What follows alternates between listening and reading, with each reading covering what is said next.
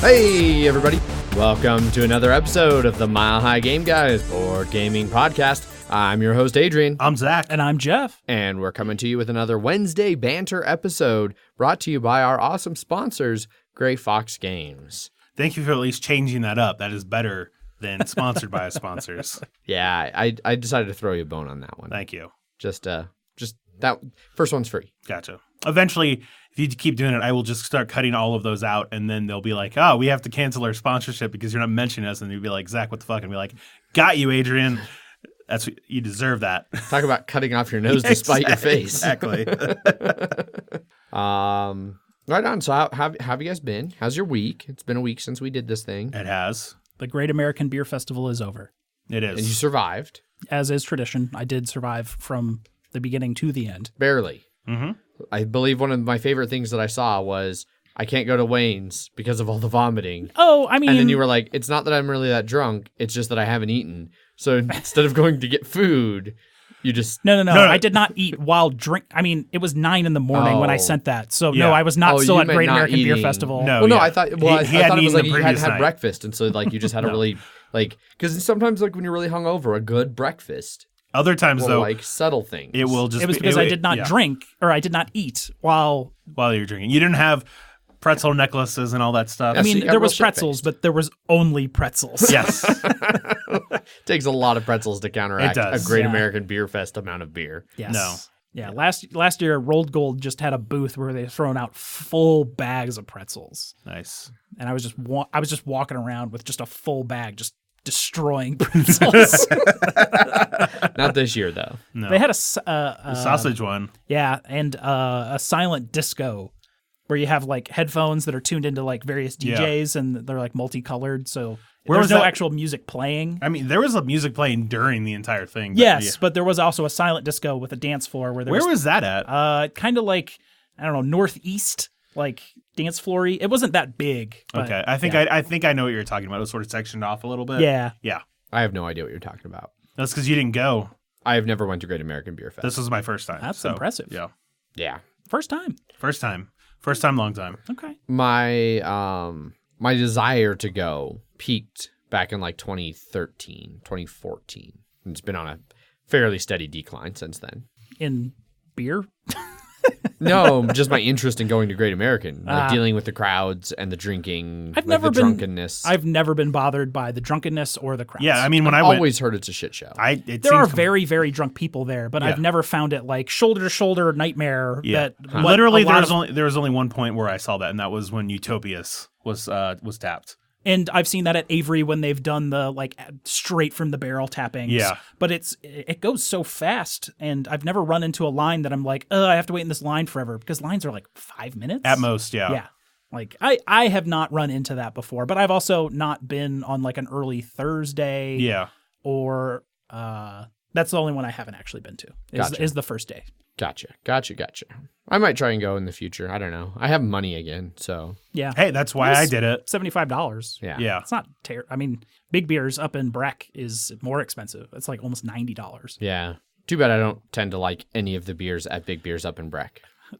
Do you not like at minimum 12%? Typically, no. I mean, I'm interested, but Yeah, I want to get up to that one this year. Yeah. I missed it last year, and then I broke my leg. Yeah. Yeah. So fingers crossed I can get up to it again this year. Yeah, I'd be I- interested to The try that out. classes were super cool at that one too, but they've since split off the classes from the regular tasting That's ticket. dumb. Yeah, I I went to an Avery like sour tasting with Ant one year, and he was like, "Yep, I know what this is. Yep."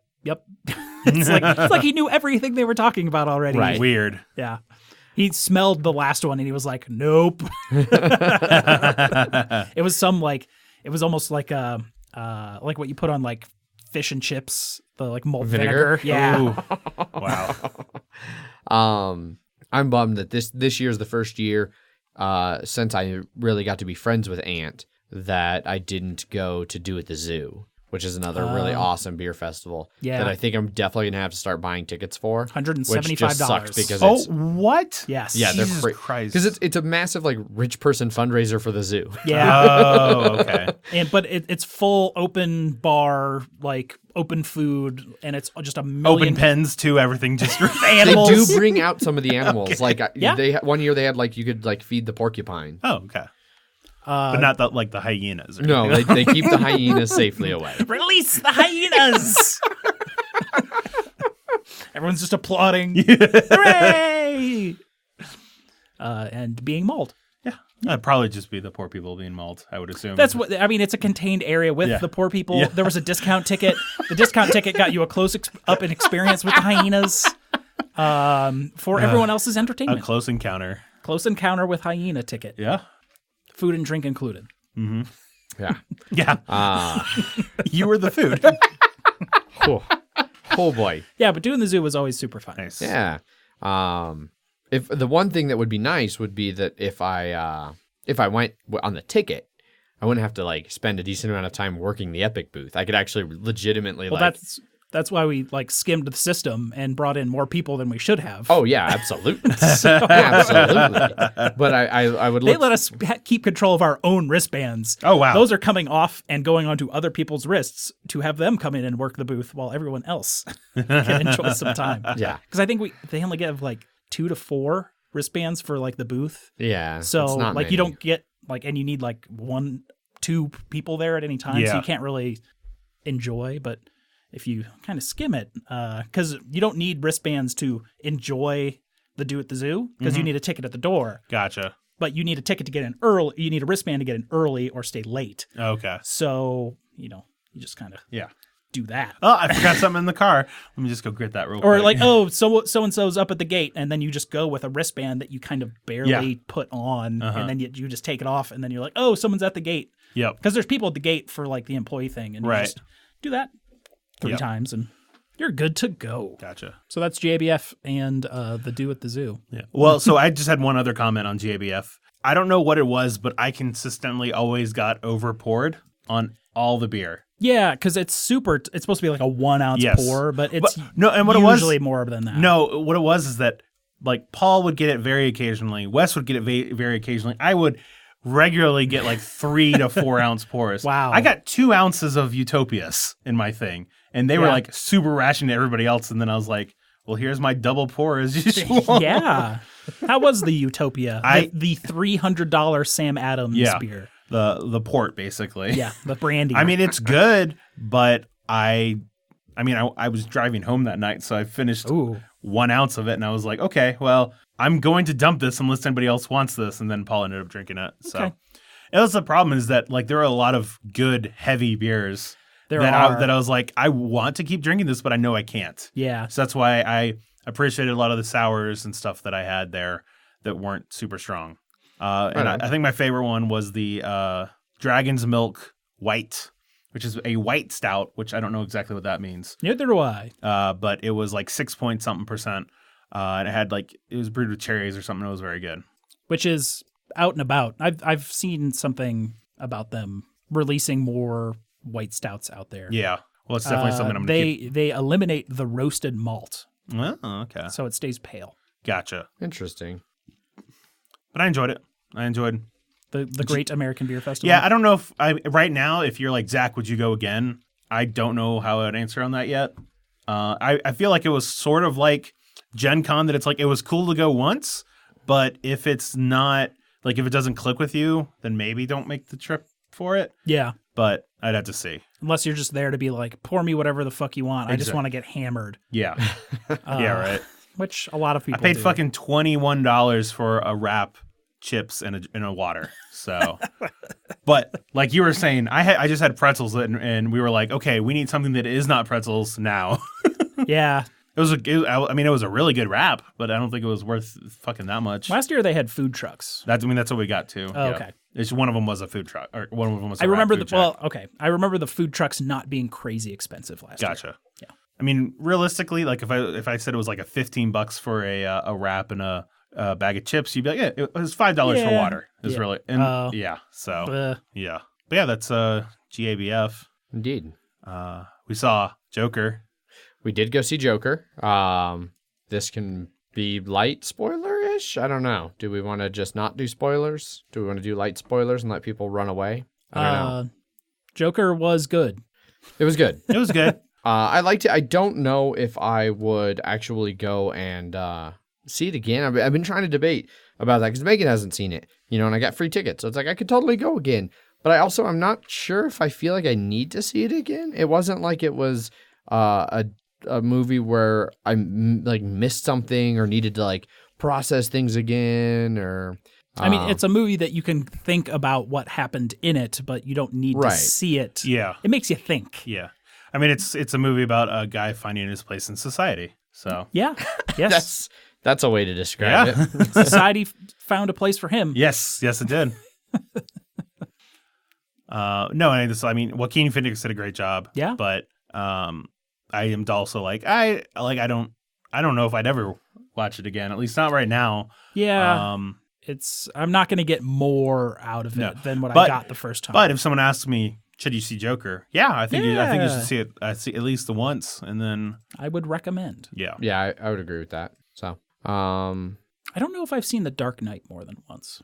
I definitely have. Oh, I've seen it many times. Yeah, I still like Dark Knight. Yeah, even despite never mind. I was thinking Dark Knight Rises, which I've also seen much more than once, and I still do enjoy, despite all of its many, many, many, many flaws. I think we were talking about that at the movie. Yes. After the movie. Yes, we were. All those policemen were underground for 6 months. Yep. They got fed through holes and then came out ready to fight. Clean shaven and ready to fight. Yeah. Yeah. Yeah, not great. But I don't think anything else besides not that I can really think of. Board games. Yeah. We saw The Shining. Oh, that's right. You guys went and saw Shining. Shining 4K released October 1st. Yes, it did. Which I had never seen The Shining. And I had not seen it either. But I know everything about The Shining. I also did, yes. Because it has been in every piece of media since, let's say, 1981. Yeah, sounds about right. Because The Simpsons did a Halloween a Treehouse of Horror episode on it that basically did the whole movie. And there has been just so many references to it in everything for definitely. A long time. Even just seeing Ready Player One, where there was getting a key piece or whatever in that that was just hey, here's this whole thing that takes place during The Shining. So nothing was a surprise in that movie. I had seen the axe go into the door a million times. Oh, yeah, definitely. But it was still very good. It is still a very good movie. Yes. It is definitely a movie from the early 80s, late 70s. It really takes its time in certain spots. Yes. But you also... If that beginning credits font color is good enough for Stanley Kubrick, it's good enough for our damn top 10s. It is that. If anyone has seen that stream, it is just a super bright teal. Yeah. And I'm like, is that how it was back in the day? Did they do wow? Yeah, because it's just it's because it all takes place in Colorado, and Denver and Boulder and in the mountains. Yeah. One of my favorite little fun facts about that movie: they fly into Stapleton Airport. Yes, I do. Yeah. Which no longer exists for those of you who aren't familiar with Denver. Yep. So it was cool watching The Shining in Denver. Yes. It was hey, reference. Yeah. I know that. But they're going through this mountain road, and there's just this bright teal credits with everyone's name going up. It's just that is so weird. I was I can't believe Stanley Kubrick was yes, teal, make that teal. Oh, great. And then there's the Dr. Sleep. I know they had come out. Stephen King had come out with the book, the sequel. Years ago. 5 or 6 years ago. Yeah. And now there's which has gotten mixed reviews from what I've heard. Some people really like it. Some people are like, did you really need a sequel to The Shining? I mean, yeah. His cocaine powers were not running out, so. I don't think he's on cocaine anymore. No, not anymore. Okay. Yeah, he's been clean for a while. Yes. But yeah, so there's a sequel to The Shining. It's going to have all those fun references to all those things that were in The Shining. Yep. And if you want to see Jack Nicholson and Shelley Duvall act, you can fucking watch them act. Yeah. Poor Shelley Duvall. Yeah, that's... Apparently she was terrorized by the entire crew and production company. Oh yeah. Just treated like garbage during the whole production of that movie. Well, and apparently the kid didn't know they were making a horror movie until way later when he actually watched the movie. Yeah. It was like, oh God, what was I in? And I think was one of the child actors that was like never acted again type. Yeah, Maybe. I think so. I think. Yeah. But I did want every one of his sweaters. They were all amazing. Right? Yeah. His They always Apollo 11 one was great. Yeah. He always had the like huge like collared shirt Oh, underneath yes. Yeah, all yeah, of the yeah. sweaters. The peak 70s. Yeah. Yeah.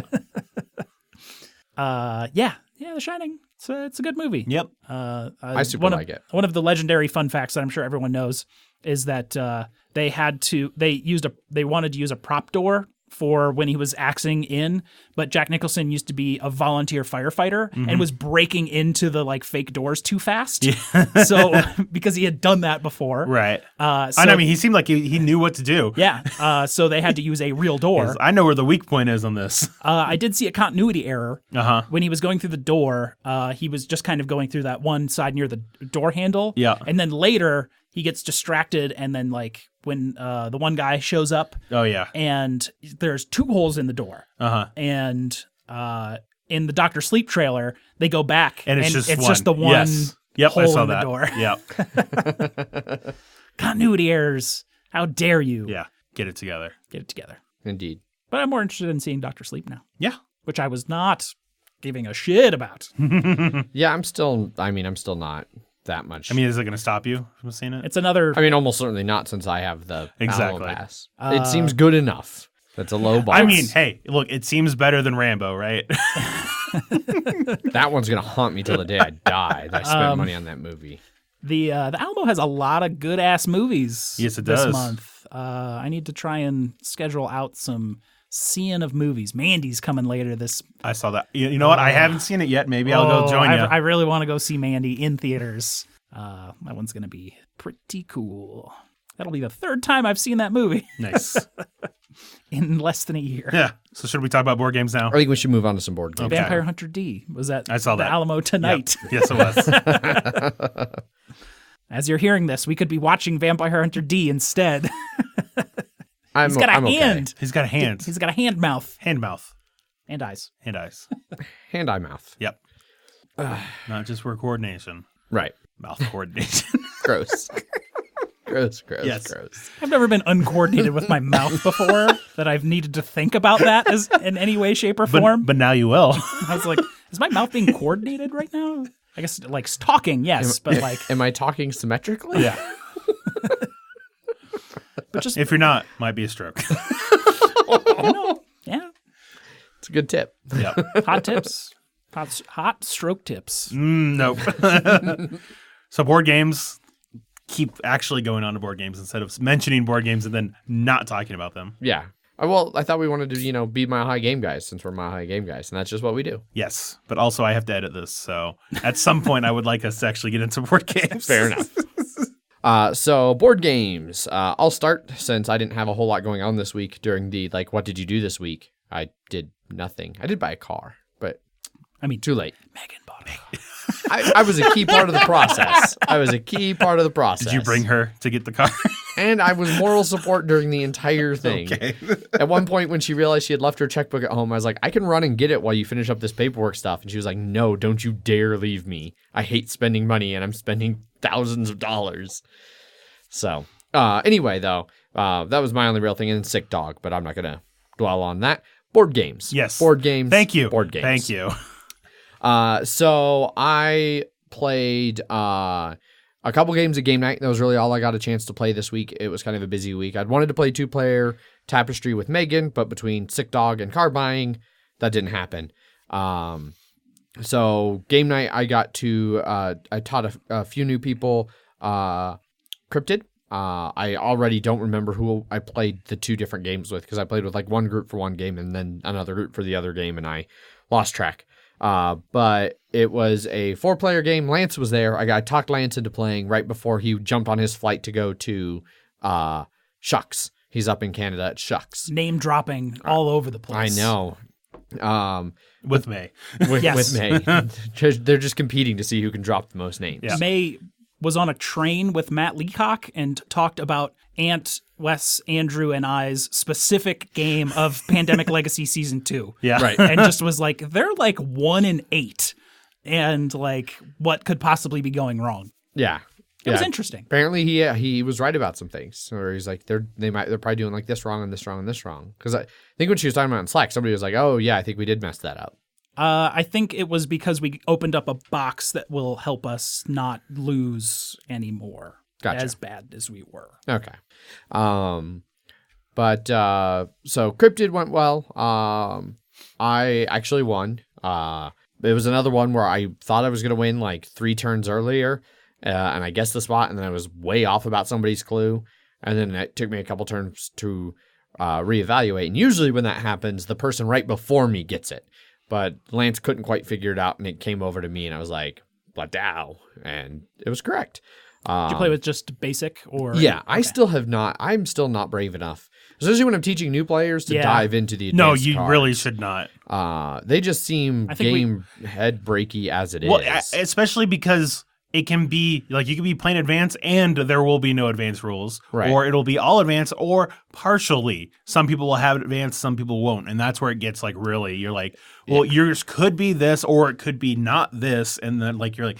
Those seem like they could be the same thing, except for like maybe one square that's different, right? Right. So I continue to think the base game is better than the advanced game.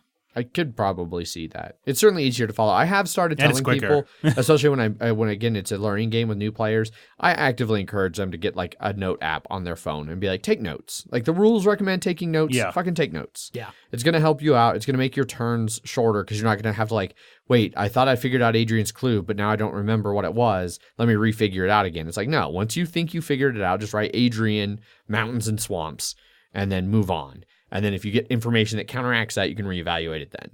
But it went well. I won, which was awesome. I like winning.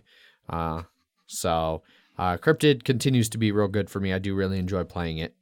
And then later that evening, I did a lot of wandering around. Kept just peeking in on Zach's Arkham Horror game that I'm sure he'll talk about. I wasn't planning on it, so no. Oh no, the first game with the expansion? Nah. Finally, though, I did wrangle up some more players and played some QE, which again continues to be another fantastic little game. Do you continue to be? I continue to be mediocre. Yeah. So this time I wasn't, because I think the last time I'd played, I spent the most. I thought I was not the most, like I thought I was safe, but it was one of those where I didn't get a thing early enough, and then I ended up on the couple I got. I paid at the high end of the scale that it goes through, and so I lost. This one, I still didn't get any early. Like, it sucked. I was 5th in turn order for bidding, so like also everybody was bidding and had an idea what things were going for, but not me. And like everybody kept doing the same starting bids, but so I had no idea what the winning bids, like what realm were they in. And then finally got to me, and like I saw like, oh, everybody's bidding, you know, the bid on the table is 100,000. Everybody's doing like 190 to 200,000. No wonder I'm losing these. I was doing like 130 and 140. But I ended up coming in 3rd in that one. Out of, you said 5? Out of 5. Okay. And that doesn't include, like, score wise, I was 3rd. I was 2nd because I think it was 2nd place was the most money and went to the bottom. It was Greg and Kyle were 1 and 2, and I don't remember which was which, who got first and who barely got the most money, and they barely, like, despite all of us being in like the millions of dollars, they were within like 20,000 of each other. Nice. It was fucking close. So how did the person who was who spent the least amount? How did they do? They came in last. Okay, even with that bump. Oh, even with the 7 point really? bump, they came in last. Wow. They spent drastically less. Okay. It wasn't like barely. It was like an order of magnitude. You're like they won 1. I think 2. Whereas the Greg and Kyle both got 4. I got 3, and both of the other players only got 2. Gotcha. But yeah, it was good. I like QE. It continues to be a lot of fun. It was another one where I was teaching a lot of players in that game too. But yeah, it was my game night. I wanted to play something else, but everybody was playing games / the couple people that were new people who I didn't really know. And the only games I had at that point that I really felt like playing were like 1.5 to 2 hour like Euros. And I was like, I'm not going to voice that on 2 people who I don't know. Yep. And I don't know if they even like that kind of game or if I'll even like playing that kind of game with them. So then I just went home early and hung out with Megan for a little bit before getting up and going to work on Thursday morning. So fun stuff. Yep. That's it for me for board games. Yep. Zach, how about you? I mean, it's not it for you because you forgot to mention our Unfair stream. I want to forget about that. No. You're right. I did forget about Unfair. We streamed Unfair. Zach, Shion, and I streamed Unfair on Friday. There you go. A couple days ago. Yeah. I don't know. With the expansion that is called? It's called Alien B-Movie Western Dinosaur or some variation of it, because those are the 4 themes. It's just the expansion it's just the name of the themes? The 4 themes that are in it. Yeah. I see. And we played with 3 of the new ones. Yep. So we didn't play with Alien, but we played with a dinosaur, B-movie, and Western. Yeah. It was overall, it felt like a much closer game than it ended up being, at least towards the end. But not a lot of fuck you between the players. The game definitely, when we switched to the Unfair card, started fucking us. And then that pretty much was like, oh yeah, this is a game that fucks you. I should fuck other people. Yeah. And then that's when it started like kind of kicking off. A lot of fucking in this game. Yeah. Well, and I mean, really what it is that this should be called SEAL Team Fucks. No, it always seems like an Unfair, like the first half is everybody's sort of building their engine, like getting good stuff. And then so you can, when you use those cards, you're like, I could screw somebody else, or I could actually get my own stuff going. Right. And then about halfway through, you're like, okay, I've got some good amount of stuff going. Now I can, and I'm like, but Adrian's got like more stuff building than me, so I need to now screw that over. So yeah. And that's kind of like what we noticed happening. Like both Shion and I were like, oh, Zach has fences with all of his dinosaurs. I wanted a secure park. I've you know how many times I've seen Jurassic Park? I'm not going to let those fuckers just roam around. Yeah, I did, and it didn't go well for me. Exactly. I had a whole ride closed, Yep. and then my little Velociraptor chicken couldn't find food in my park and just fucked off. Yeah, I believe there are one of the so dinosaur added dinosaurs that could go into your park that will give you a lot of extra stars. Like 1 per attraction. Yep. But you have to roll the dice, and if you roll too low, so like for the T-Rex, if you roll 6 or less, then it does whatever its bad thing is. But if you have electrified fences, then it cancels the dinosaurs. And I want to say there are 4 electrified fences.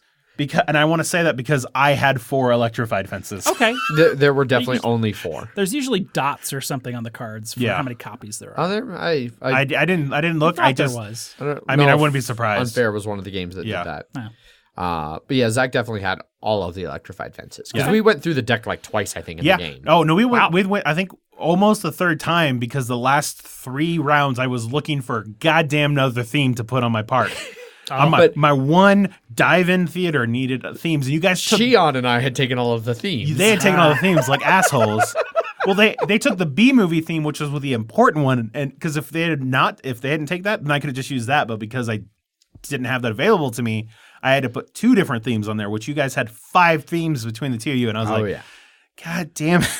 That's why I wish we were playing with another person, so there would be more themes available for me. yeah, that would have... That's 4 I think might be a sweet spot for that. Like 3 plays fine, but I think having that extra deck of cards mixed in is nice. Yeah. I ended up way in last because I couldn't find that theme. Comically. Yeah, so it was like comically last. I had 34 points. I had like 110 and Shion had 136. Wow. Yeah. Me and Zach combined only beat Shion by like 10 points. Yeah. Impressive. My card cost, had I been able to score my blueprint, I would have gotten 45 points. I would have gotten more from that card than everything else in my entire thing. Wow. It was really annoying.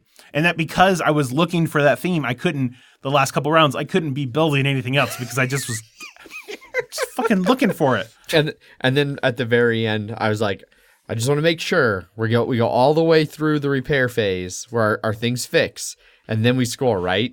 He's like, yeah. I was like, okay, I'm going to play this event or I'm just going to steal that T-Rex and the building it goes on gets closed. And then it reopens at the end and gives me points. Yeah. So that was great. Well, and the problem was is that you were, because I destroyed a tunnel of yours, you went looking for a tunnel, and you looking for the tunnel caused me to not be able to get the dinosaur theme that I needed. And so this is correct. Yeah, and so at the end, or later on, Paul asks, was like, so how did Unfair go? And I was like, this is pretty much a regular Unfair game. Yeah, it's like Unfair. Yeah. I still really like it. You said... I remember why I haven't been like eager to play. Yeah. I still had fun with it, and we talked about this a little bit after the stream too. You know, it's hard to say like how much of it was like I just had fun hanging out with you and Shion again, because I haven't seen Shion hardly ever.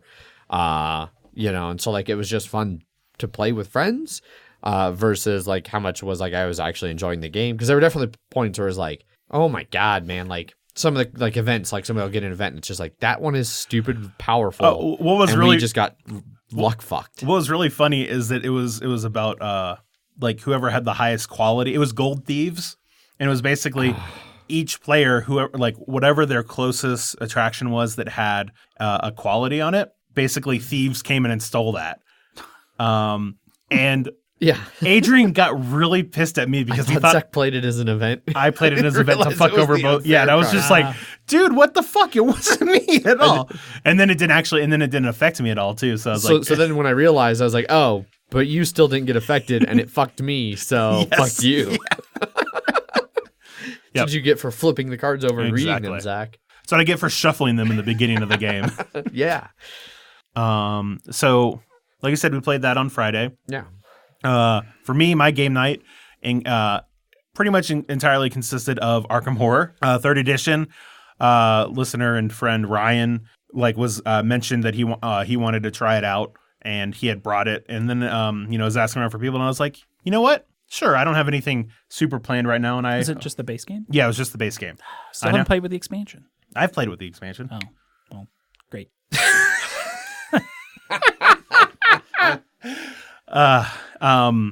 But yeah, so, and not only was it the base game, but I was ragging on him multiple times because he didn't spend a lot of money like me and Wes did to upgrade our things. So I was just like, he had the regular dice that came in the game. The regular dice. They were ripping on him so bad. I even walked by and joined in a little bit. It's just like a couple, 5 shitty black D6s. Yeah. It's like, Yeah, and I was just like, oh, let me get the regular rule book, not the deluxe edition hardcover. Not hardcover?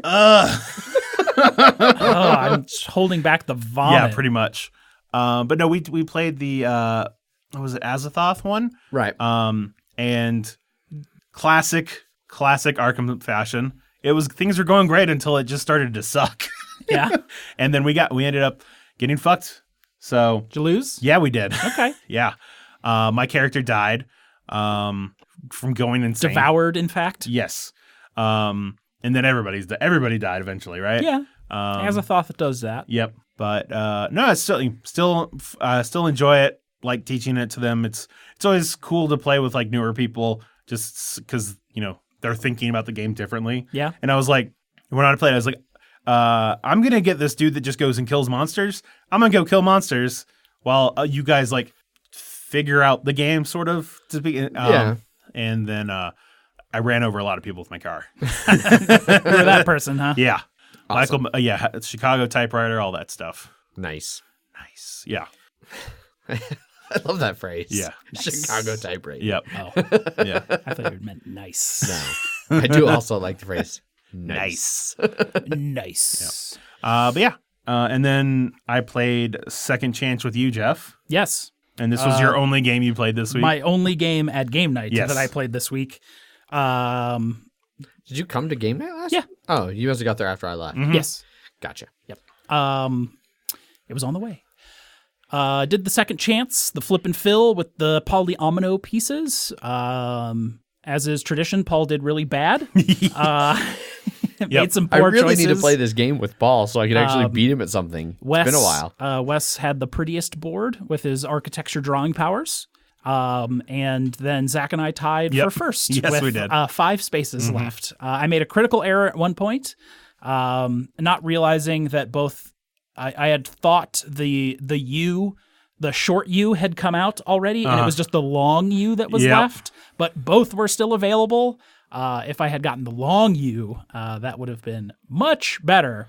I would have, if I had placed up like 2 spots, the piece that I had, I would have been able to place the short U just fine. Yeah. But critical errored my way into tied for first. Critical error into victory. I do really well at that game for some reason. Yeah, it's a fun game. I just am very spatially aware of how the polyominoes need to fall to fill in well. Play a shitload of Tetris as a kid? Yes. Played a shitload of Tetris today, in fact. Tetris 99? Tetris Next, which is like a weird like adventurer version where it has like a little like Indiana Jones dude, and you need to get him to the bottom, but as you fill in pieces, he'll like climb up as you're playing. But if you clear too many boards, too many lines at the same time, he'll fall and die. So it was interesting. Huh. And you want him to die, right? No. You want him to get at the bottom where all the treasure is. Weird. I mean, you can get him down there quick, is all I'm saying. You can get a corpse down there fast. Oh, that reminds me, I've been playing a lot of Cribbage with Grandpa still because work can be slow. And, the fucking grandpas. Fucking grandpa. I deleted all of my grandpas. That's what happened today. I deleted all my grandpas. Delete grandpa. Hashtag delete grandpa. Yeah. Should have just said you canceled all your grandpas. Canceled all my grandpas. Hashtag cancel grandpa. Yeah. Cool. I think that's everything we've been playing then. Yes, it is. Which means it's time. We haven't done this in a while. No, we haven't. We've never done it on a stream. But it's time to step over into the Lookback Machine. Womp, womp, womp, womp. I was wondering what stupid noise you'd make, and You have exceeded expectations. I'm just disappointed at that. That's really all it is. Now that we've been sitting in the Lookback Machine, chatting as we've been hurtling backward in time, we come to a screeching halt back on June 23rd, 2017, when we reviewed Tiny Epic Galaxies. So have either of you played Tiny Epic Galaxies in the last, 2.5 years? I may have played with the expansion. No, I don't think I have because I did not get the expansion. There has been an expansion for Tiny Epic Galaxies. I feel like we played the expansion, or we reviewed the expansion with this, but it's been I know I've played it with the expansion. What's it, Into the Black? Yes. Yeah. I don't remember. I think we might have played the expansion for the review. Yeah, actually, to be honest. I think I've played it one time since then at Fiction randomly one time. And then that was, you're like, I'm done. Yeah. It was like, because I don't think I was positive in that review. No, you weren't. Which it makes it really surprising that you even tried it one more time. It was one of those situations that sometimes happens at game night where it was like new players and I wanted them to feel welcome and not just shit on the game they clearly really, really wanted to play. And it was like, sure, I can give this another go. We brought Munchkin. You just got to learn to pivot better. That's all you got to do. I do need to learn to pivot better. You get more people there, and then in the confusion, you just fade away. I mean, sometimes, depending on what game they want to play, if it's one I really know I, just super fucking hate, then I can do the whole, let me help you find other players. That's my job as host. No, you just got to I don't play games. I talk to people. You just got to be like, no, later, nerd. And then just moonwalk away. Slap the beer out of their hand and moonwalk away. Right onto their copy of Rising Sun. Yeah. All right. You open the lid. You're like, what game is it? Bam. Knock right inside. Close it. Shake it up. Real. Just throw it out at the front window because the door's clearly not open. So something clearly happened as we traveled back in time, and just things are out of control. We lost all of the rails of this episode. That's fine. As we traveled back in time. So none of us have played Tiny Epic Galaxies. He said he played it once. I'm pretty sure I played it once. I still have it. I started purging some of my Tiny Epic games, and that was the one that I was like, out of all the ones I have, I like this one the most, so I'm gonna keep it. I just haven't felt the need to play it at all. But if someone was like, you don't play this, and I mean, I might be willing to play it. But yeah. And then Ultra Tiny Epic Galaxies has become a thing since then as well. Yeah. Jesus. It is. I somehow missed out on that. It is the size of a deck of cards. Yeah. Wow. Yeah. That's very small. Yes. Cool. So Tiny Epic Galaxies, not a lot of playing, and the playing that has happened was more this is it, I am done. Moving on up 1 week, we're at June 30th, 2017, when we reviewed Imperial Settlers. I have not played it since. I know for me, as soon as we started introducing the expansions and it was like, you can deck build now, I was like, I'm out. Yeah. Because I mean, I enjoyed it enough that it was sort of like, here's a deck, here's a faction, go play them. But then it's like, here's a faction, build your deck for them, and then you can start playing. And I was like, I don't want to. I don't want to do that. I don't want to deck build with this game. Yeah. It's not even a deck builder. It's exactly. Just, it's a deck construction. Yes, that's what I meant. Sorry. Which don't want to do. There is the like Northern Kingdoms or something that came out at Gen Con, which I've heard vaguely okay things about. And I would try the roll and write, like the Imperial Settlers roll and write. That's like it could be interesting. Yeah. But for the base game, I don't want to deck construct and play this game. Exactly. That's. I think that this is one of those where you shouldn't be deck constructing like every time you play. Like whoever owns it should make some decks. Yeah. And then bring them to play. And that's been one of the things like Megan and I have talked about, and like actually bringing it up here will probably make me try to push for this sometime this week. But we've talked about like one of these nights when we're just sitting around watching Netflix, fucking grab Imperial Settlers, make some decks, and then play them in the future. Because we both really like Imperial Settlers. Yeah. We think it's a great 2-player game and we want to play more. But just taking the time, like we need to separate the, oh shit, there's a rule, like you can't just shove all of the cards into one deck because it becomes unwieldy. Yeah. You'll never get the cards you need and the game will take forever and suck. But also you don't want to add an hour or more to your playtime as you build the decks. So, might have to push to do that one of these nights when me and her are just sitting around after D&D on Monday. We'll come home and do some Imperial Settlers deck building. I have played it since the review. I've played it in the last 2 years. Megan and I do play it occasionally. Usually, like right now when we play it, we just throw out all the expansions and play with the base shit because we don't want to deck build. But I do still deal with all the extra shit that comes with it. But I do still like the game. I enjoy playing it, and I would like to play it more. Did you ever try the that other game that's like it? I don't remember what it's called. Oh, the 51st State? Yes. No, I have not tried 51st State. I don't really have a lot of interest in it. I think I've heard it's different enough, and not in ways that I think improve the game. Gotcha. And I like the lighter theme of, and I know Megan much prefers the lighter theme of Imperial Settlers than the weird, dark, post-apocalyptic 51st State. Okay. So, Gotcha. Which is weird because we both do like post-apocalyptic, but something about the way 51st State did it, it's just like, meh, not for this. So, moving up one more, July 7th, 2017, we have Fuse/Flatline, the pair of dice chucky crazy real-time games. I may have played Fuse at like a Zuni Street game night in the past couple years. It's still fine.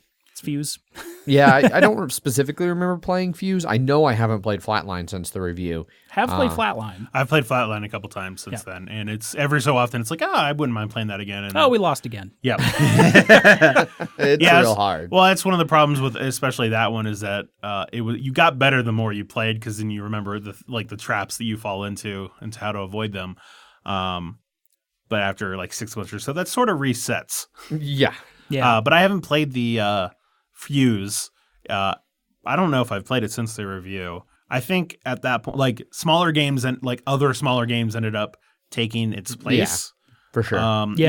Even though they aren't the similar style of games, it's just like the game or what other like just small box cooperative games. Other ones started taking their place, whereas Flatline I think still has enough to it. Yeah, that it's like no, I would play Flatline specifically. So yeah. Okay. Then coming another week forward, man, we were doing reviews every week for a while there. July 14th, 2017, we reviewed A Game of Thrones. The board game, 2nd edition. Yep. Which we have all three played. Yes, we have. Very recently. We have a whole live stream about it. And I mean, and we had played probably 3 or 4 times since I feel like I don't think I did. Maybe okay. Well, I feel like it's been 2 to 3 times. We'll say, including the live stream from then to now. I had not until the live stream. For me, it might be 2, but I'm pretty sure it's not. I think the live stream was the first time I played since the review. Okay. Still liked it. I had fun with it. It definitely is one of those, like, as my tastes have shifted very far away from heavy negotiation area control games, like I felt that in the live stream. Yeah. But I still had a lot of fun with it. It was nice to have one of those that has mechanics behind the negotiation. Yes. It was one of those things where, like, going into it, there were multiple times where people were like, Adrian, are you sure you want to do this? Oh yeah, we were. Adrian, you had many outs. We had the ejection button ready for like a week. Yeah. Well, even like the day of, like I was having issues with the stream, and I was getting stressed. Because it was our first stream, right? Yeah. Yeah. It's like, Adrian, are you sure you don't want to just like sit this out, like play run the stream, commentate, like all that? And I was like, no, I'm in. And afterwards, everybody was like, holy shit, Adrian, that went way better than we thought it would. Yeah.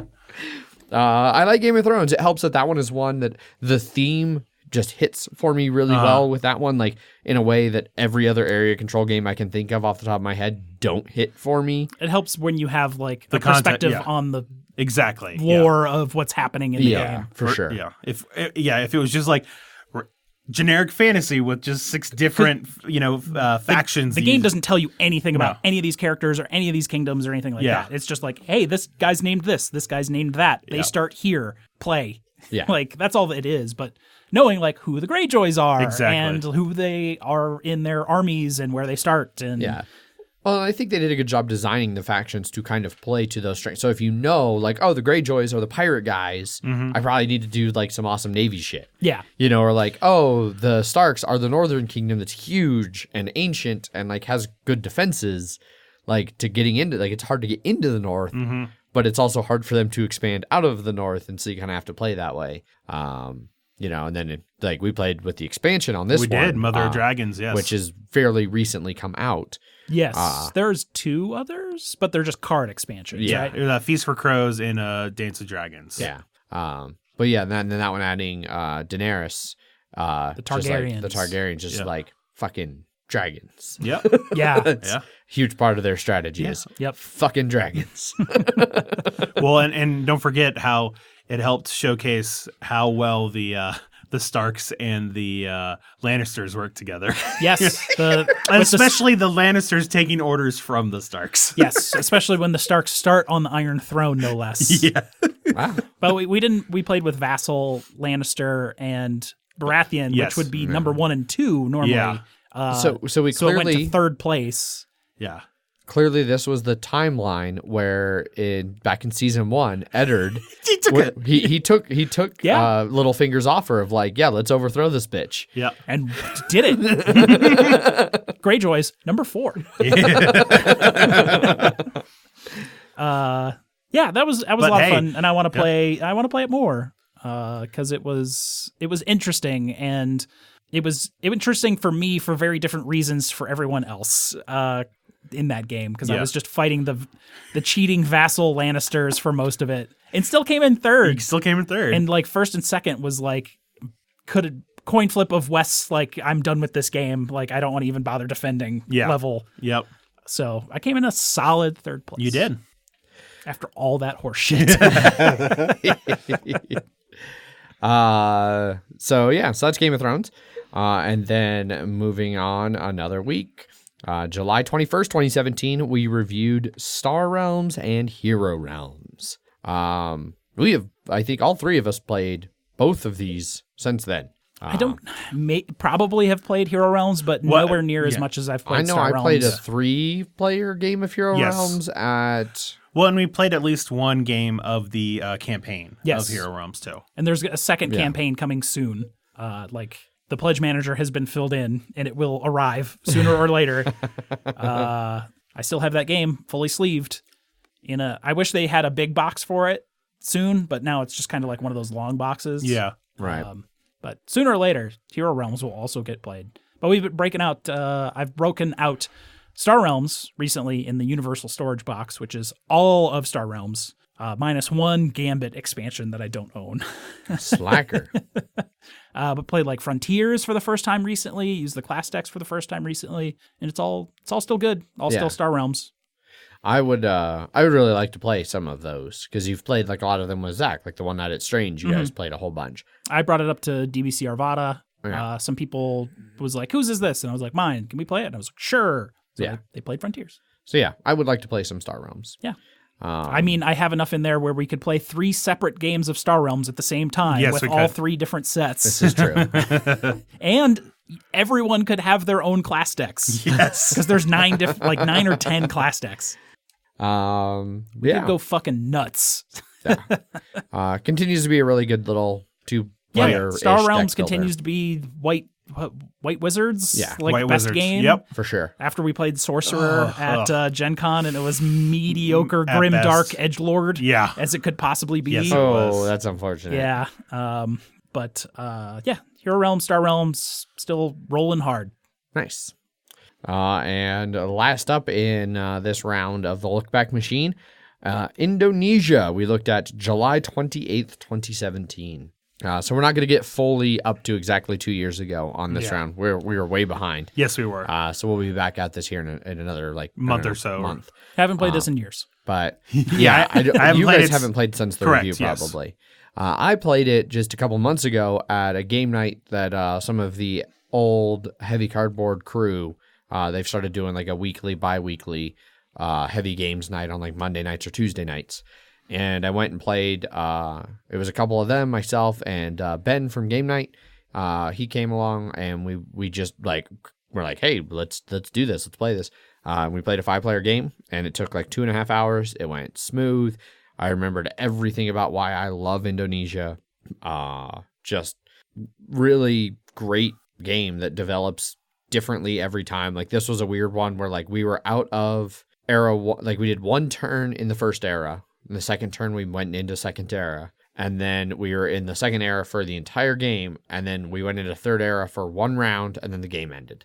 So like almost. How does the game end in that again? When you would move out of the third era. Like, I know, but like, how did you? So you change eras anytime there is no companies left, or all companies are one specific type of company. Oh, okay. And just the way people like where people could buy companies. Like the first round, everybody bought their initial company, which isn't enough. Well, can be enough to trip it off, but it wasn't. But then the second round, people bought up the remaining one. So we went into second era. We played all the way through there. And when we went into third era, that first round of the third era, everybody was in a position to where the second round, they bought up the last couple. That first round of it, everybody bought up all of the ones that would trigger the end. And so it was like one person had the option. He was like, well, if I buy this, the game ends. If I don't, it goes on for at least 1 more turn. And they did the smart choice for them of, yeah, this is going to maximize my position by buying this company. But it was a great game. Really enjoyed playing it again. Really, really want to do a stream. Maybe we'll have to do 2 streams because I want to play it on the actual Indonesia map that I love because I love that style that they did for it. And then like you guys, I know, hate that. I want to play on like the spreadsheet version that somebody made that's just all like discernible, where white. you can tell where all the breaks are between different locations. I have never once had a problem telling the difference between different locations in that game. Never once. I'm sure people watching on a video camera 4 feet above the board would also not be able to tell. I can also play with like the contrast and saturation to like make the difference. That would probably help significantly. Yeah, especially in those areas where they're literally smaller, real tiny, real tiny little regions right there. But it doesn't matter. We're going to use pieces that are 5 times as big as they should be anyways. Yep. So that's the thing about Splatter, #1 on quality. Something like that. That rule book, though, it's so good. It is a really good rule book. Yeah, that's why I said. Everything Everything else, the way Zach laughed, I thought he interpreted. I don't even remember. I don't remember what the rule book looks like. So I'm sure the rule book is solid, but everything else could probably be replaced very easily. Oh yeah, I mean, realistically, you would just be buying it for the rule book, and then you're just like, all right, let's get better at everything else. I mean,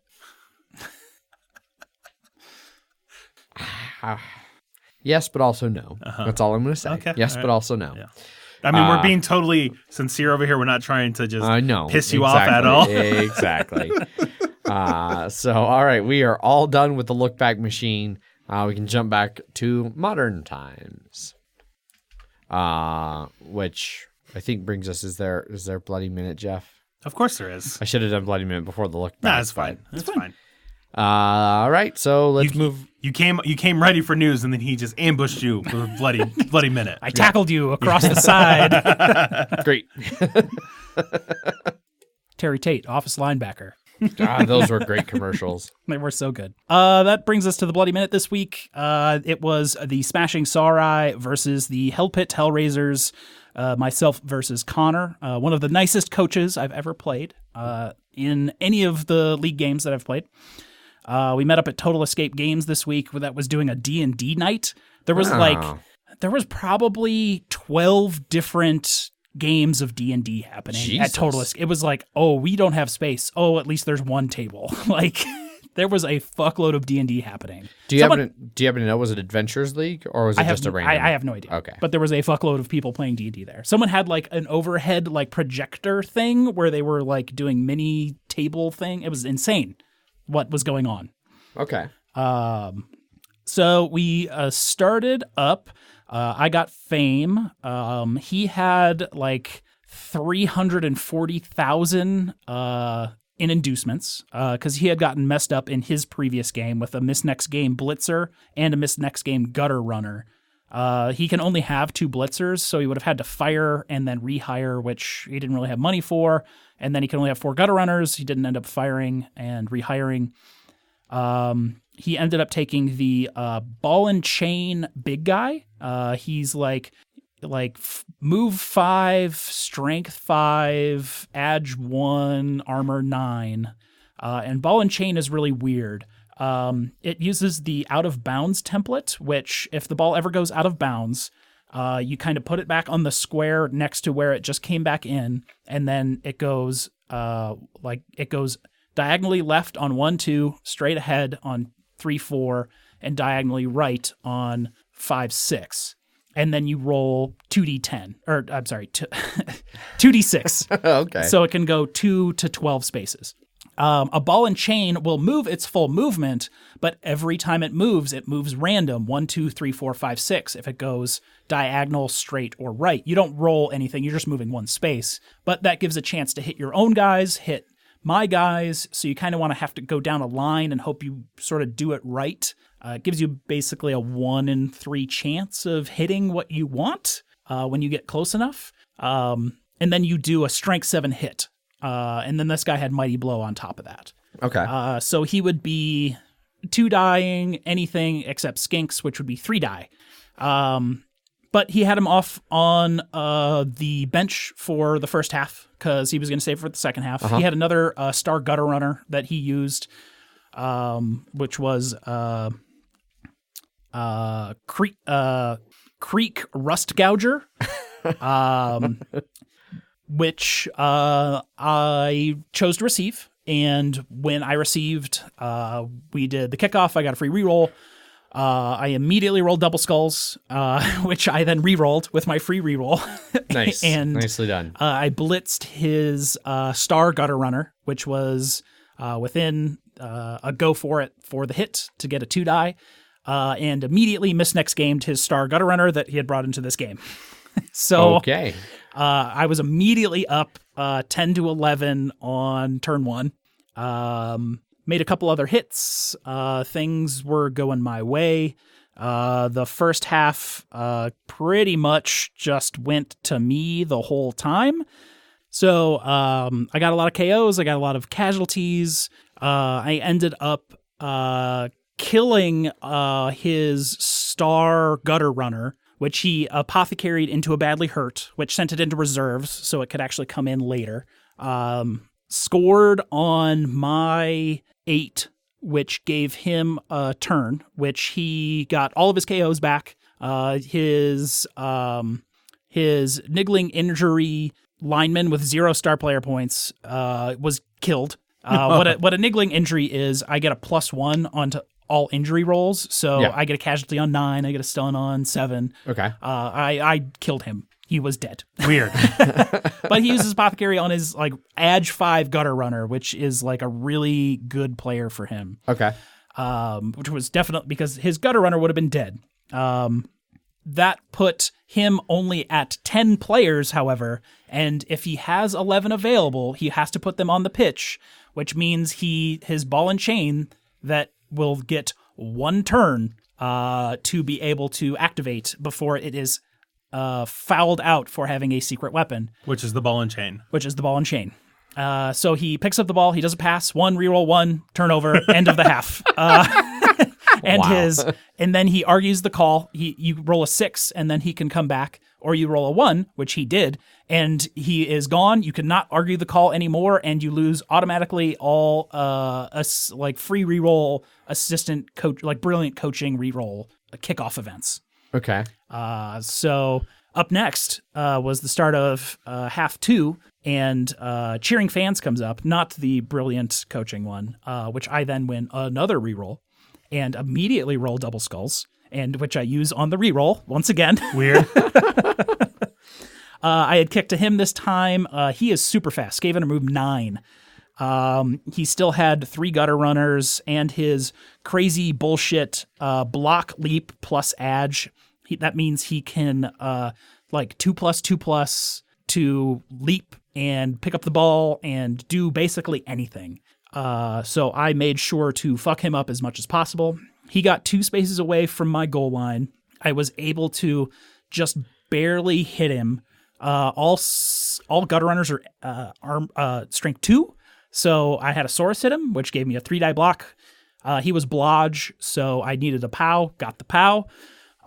Then that specific gutter runner stayed on the ground right there for the rest of the half. I'm sort of skipping over other bashy things I was doing, but I had a skink and a Saurus sitting next to him for the rest of the half because he could get up 2+ leap 2 spaces away on a 2+, and I did not want him doing that because he can seriously fuck up anything. If that ball is loose, he just needs a 2+2+ and a score. It is free. So I fouled him 5 turns in a row. God. For the first 4 turns, which was turns 4, 5, 6, and 7, stunned him every turn. Nice. So I broke his armor and then stunned. No ejection, which happens on doubles anytime, on the armor break or the injury. So I had 8 rolls with no doubles, which is a lot like my skill rolls.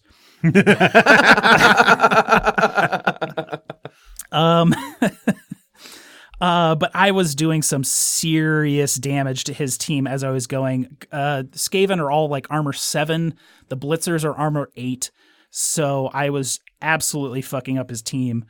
I killed his lineman. I had an edge break on a thrower. I had a armor break on a plus strength thrower. I had an armor break on a gutter runner.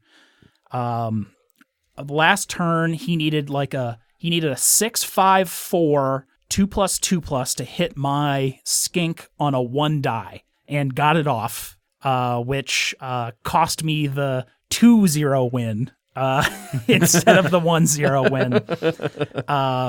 And then on the final turn, I did a final foul on his plus edge leap gutter runner and got a armor break on that. Ooh. So that brings his armor to 6. Which is not good. Rough. RUFF rough. RUFF rough. But I came out 1-0. I am currently number 1 in the vaults with a 3-0-0 record. What level is the vaults again? Is that the top? That's the top. Okay. I'm the top of the top currently. Oh shit, Jeff. Everyone else is like 2-1-0 or 2-0-1. Is this the year? Is this the year for Jeff? Is this the year I go to the championships and lose again? Yeah. Absolutely. Nice. No, that you win. that after becoming the namesake of the last place trophy, that you win the league. I have Dark Elves, Khemri, Dark Elves, Nurgle. Nurgle is once again my last game of the season. Are they a first-year Nurgle? This is a now 3rd season Nurgle. Oh, is this this is Phil's team, who went to the championship last season with his 2. Yes. And it'll then be next season's the full reset, right? Yes, Okay. everyone's full reset on next season. So I've got an Adge team that is pretty roughed up by Ant, I think, in the last game. He's got some real rough misnext games. I have not played against this Khemri guy before. He's got like a bunch of strength 5 mummy dudes, but if I ever actually injury them, they take 2 casualty rolls. Or they take, if I ever casualty them, they take 2 D6, D8 like injuries. They have decay. So they take 2 injuries. Okay. But they're all like strength 5, armor 9. So, Yeah, they're pretty. but his agility is really bad. But he plays with 16 players, which is not something I've ever really seen. That's a fuckload of people. Yeah, I think he just fouls a lot. Oh. So he can just lose 5 dudes with fouling and not worry about like having enough players on the pitch. Gotcha. Interesting. Yeah. Okay. Dark Elves next. I bashed them rats, so now I'm gonna bash the Dark Elves again. My like second of 3 Dark Elf games this season. All different teams, right? All different coaches. Dark Elves popular this year. They are a good team, Okay. except when you bash them and then they concede. Right on. Yeah, but Connor, great coach, great guy, Cool. a lot of fun. Beating him. Yeah, was not a sore loser in any way, shape, or form. That's good. He was very much like, it's a game about moving dudes on a board. Like, it's That's what it is. It's not something that I'm going to get upset about. Unlike some other people that play Blood Bowl.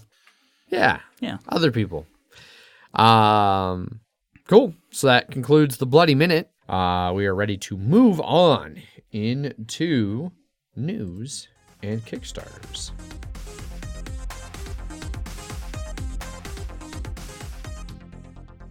First up in news this week, there's this hot new RPG system called Feast of Legends, and it is The fight against frozen beef. brought to you by Wendy's. Yeah. Zach and I went through the PDF. It's like a 91-page PDF. 97 page. 97-page PDF. They have put forth some actual effort into making this. Oh, yeah. Like big time. It is a full-on like scenario, the rule systems you need, how to make your character, all in this wonderful world of Beef's Keep. I just noticed too, their website, they have a die roller. Yeah, in case you don't own dice, Yeah. they just have a die roller that you can just roll the dice on, which is actually convenient because not many free dice rollers are out there that are convenient enough to actually roll. Right. They're on some ancient website that That suck. yeah, Yes. that sucks. So But they're fighting in the lore. They're fighting against the Deep Freeze, which is the kingdoms of Creeping Vale and the United Clown Nations. The United Clown Nations is easy. That's McDonald's. Yeah. But I've discovered that Creeping Vale is a real deep cut on Burger King because that has to be a reference to Sneak King, the free Xbox 360 game that they released many years ago. So many years ago. With like a Whopper deal. Yeah. yeah, no, I remember that. I remember Sneak King. Okay. I like that they have like the world. It takes place in Beef's Keep. Yes. Is the lands, which aside from being just a god awful name that I wish I'd never heard the phrase Beef's Keep in my entire life. But the whole world is shaped like a burger. Yeah, and it's the Top Bun Mountains. The bottom bun mountains. Mountains. There's the box off on the left that's like kind of vaguely squarish. That has to be Jack in the Box. Yep. There's the Twin Cities of Carl. Hardee's and Carl's Jr. Yep. Lake John Silver. Yep. Temple of Panda.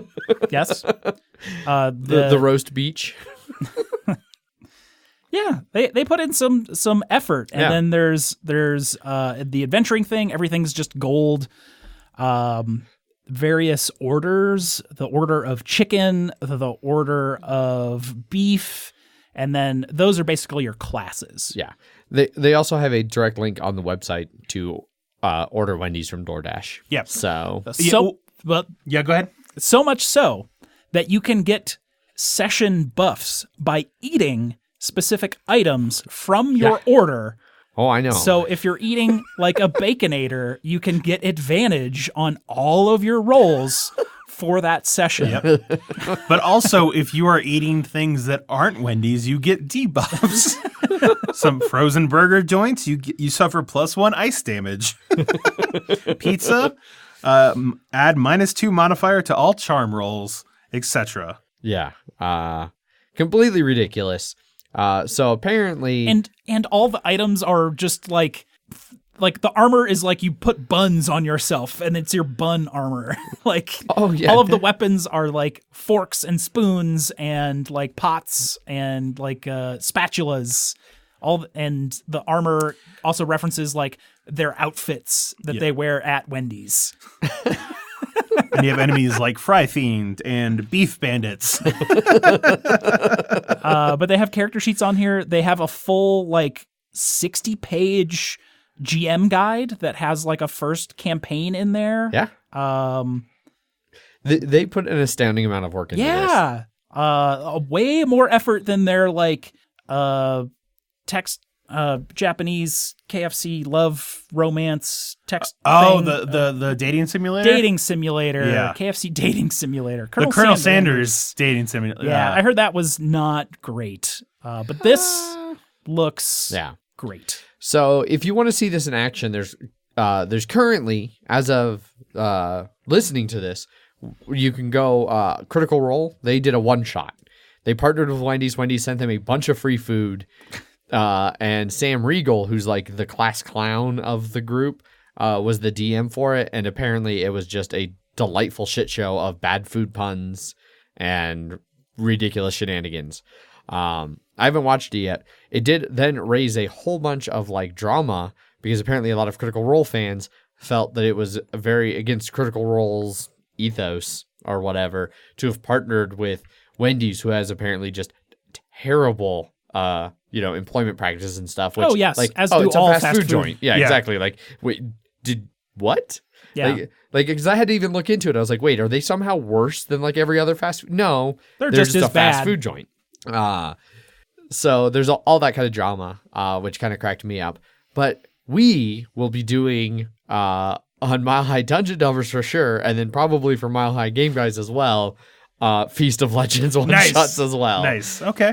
It was great. Mile High Dungeon Delvers, we just, this past Tuesday, actually, something else I forgot to talk about that I played was D&D. We wrapped up Season 1, and we're going to basically, for the rest of 2019, we're going to do one-shots. And we had 1 week where we were like, what one-shot are we going to run for this? And then we saw Feast of Legends. So we're clearly going to do a Feast of Legends one-shot mixed in there. Well, I'm glad you took my advice when I asked. So we're doing this, right, Adrian? Yes. Okay. Yes, we are doing this. Okay. And then, like I said, we'll probably do this for our next one-shot rather than just another Dread. Right.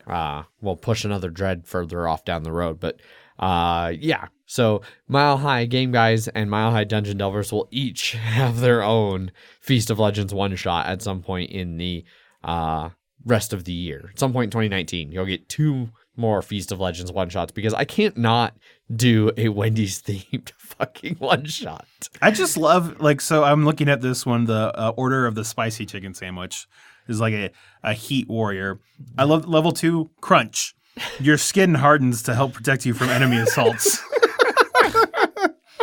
But yeah, so that's Feast of Legends, the new RPG from fucking Wendy's. Yeah. Next up in news, Kickstarter has been in a turmoil behind the scenes for the past couple weeks as its employees try to unionize. Yeah.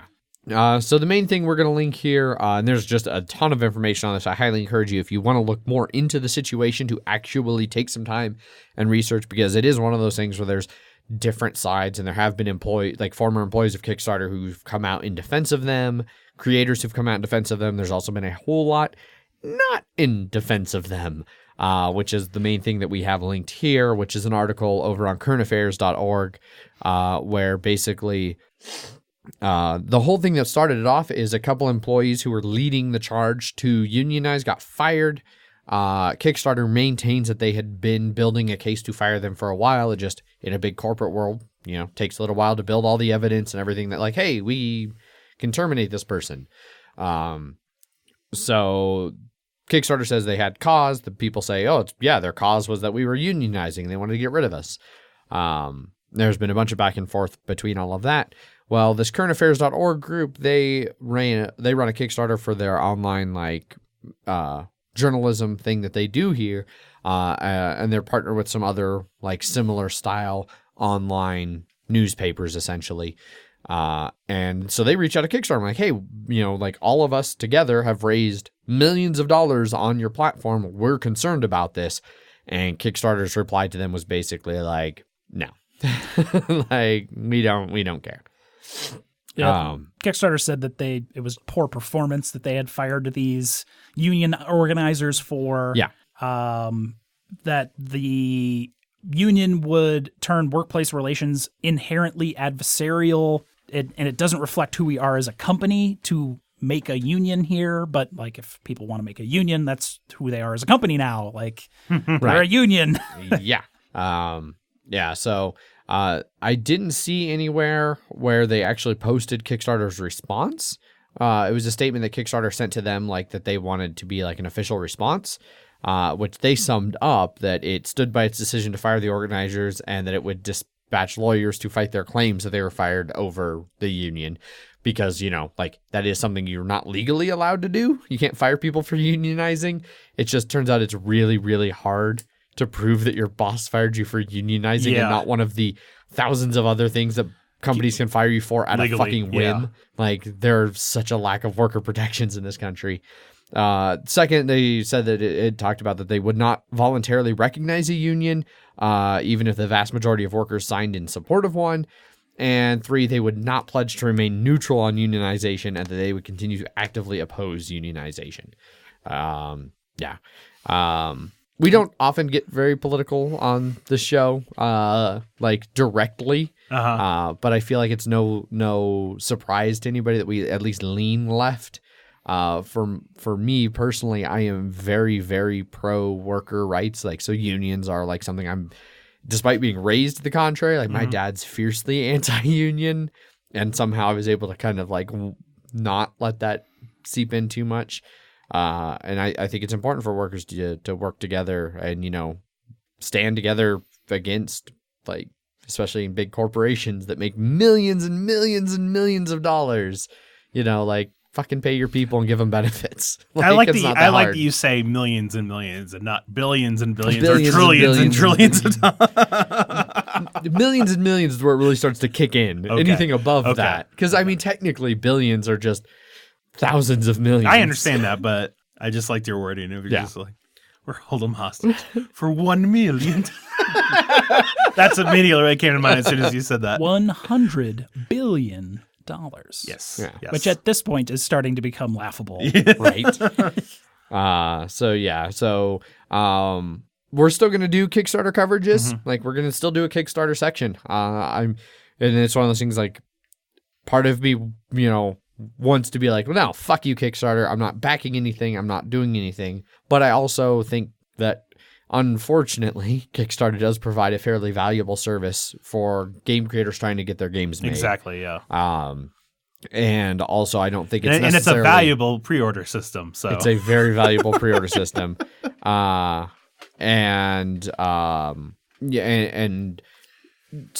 we're gonna keep covering it, in that way. I don't want to. For people who don't give a shit or are on Kickstarter side in this, like I said, do your research, look at both sides, because there are people who are coming out and support a Kickstarter saying they're a great employer and that they've been happy working there and well treated. So we're going to still do Kickstarter coverages here. Mike Jones in chat makes a good point too as well. The union supporters at Kickstarter are not calling for a boycott. Yes. For me personally, at some point, if they do, if it becomes a strike or something, trying to get this union to happen, then at that point we'll have a different conversation internally here about what that means for us and our Kickstarter coverage.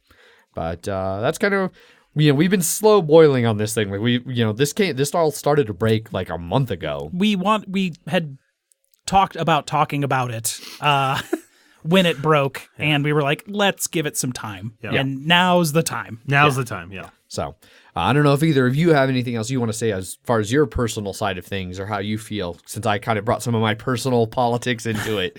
If you guys have anything you want to, from your perspective, say, feel free. It's something a lot of more corporations should do, but it's just so hard now with the government not being behind unions and the corporations not being behind union, or the heads of corporations not being behind unions, that just like unionizing in general and like everyone's view on unions has been so down over the last 30 years. Yeah, there's been a lot of anti-union propaganda for a while.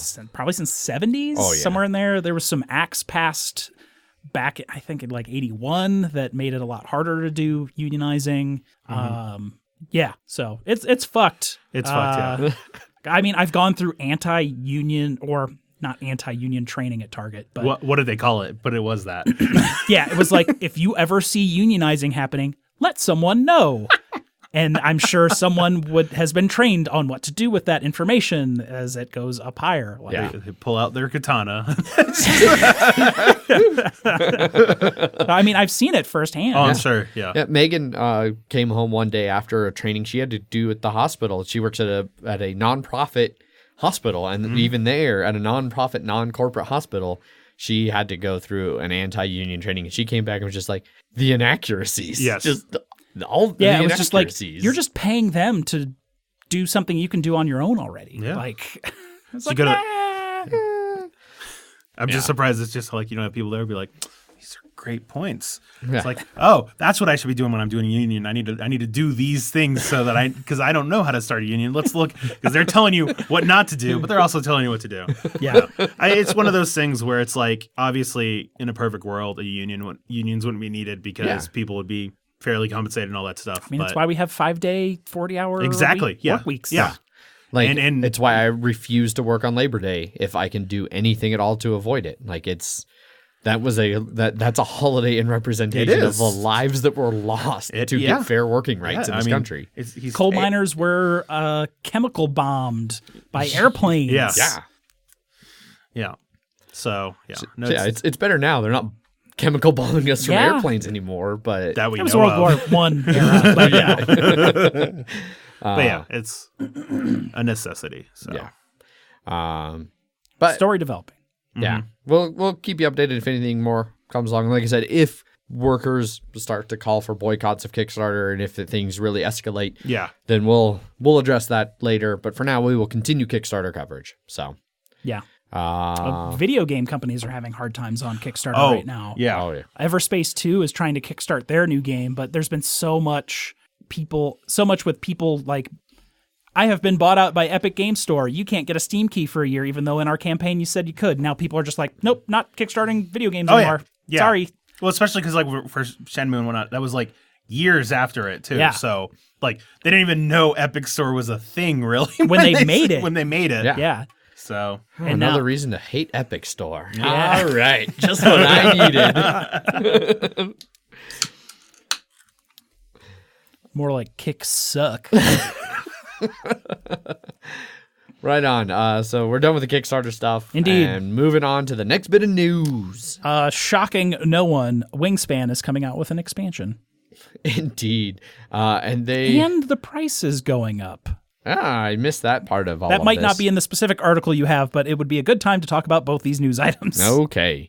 So let's start with the price going up, since this is new to me. So the price is going up $10 for the base game because they are adding in a set of starter cards and starter, learn how to play set, basically. So there's going to be a set of cards that will teach you how to play the game, but that wasn't in the original game, so they're adding it to every copy with a $10 price increase. But like these aren't like cards that you start out with. These are specifically just like to learn the game. Just a subset, like a mini game to just learn it, and then you can play the real game. Correct. The game wasn't hard to learn.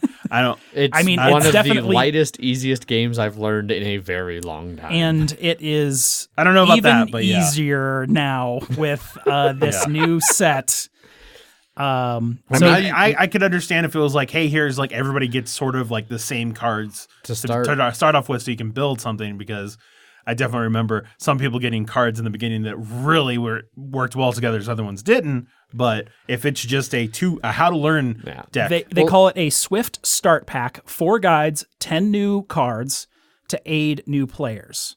So I feel like I think it is more like what you are thinking, Zach. Like if you're a new player, start with these set of cards. Okay. Because that's not enough stuff.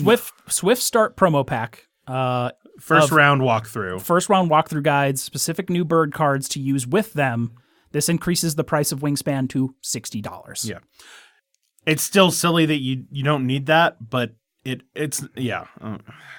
Okay. I wish I don't think they should do like a beginner set and then a not beginner set. And I don't think it makes sense to have the thing for beginners be like an add-on. How much did you say it increased to 60? 60. Okay. Well, apparently the promo pack was $5. That is that. So on their website. Okay. I don't know what the base cost of that game is at this point because it's using 10 new bird cards and 4 guides to help new players learn Wingspan. Yeah, I don't remember what the MSRP of Wingspan was. You said 50, right? Oh, so 50 to 60? That's weird. Okay. Yeah, don't know. Somebody at Game Night made a fucking great pun about what this expansion should have been called. Not that we've talked about the expansion yet, but I don't remember what it was, and it's killing me. I don't remember anyone saying that. You weren't there. You were off playing. I was Arkham at Game Horror. Night. Okay. I was at Game Night. Yes, you weren't at the conversation I was having.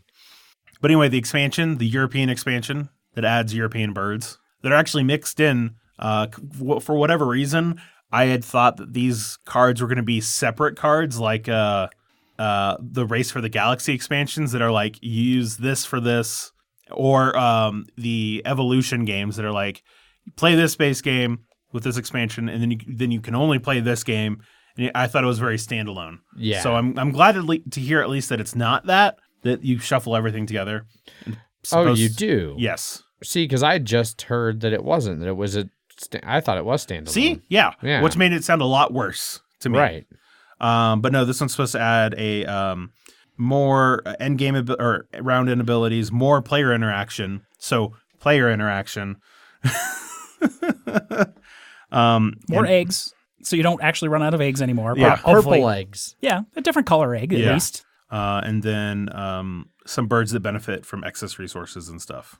And more resources. Yes. More tokens. Yep. It's a $25 expansion. I'm sure it will sell like hotcakes. Oh, I'm definitely positive it will. I think is Wingspan top 35, top 25 BGG at this point.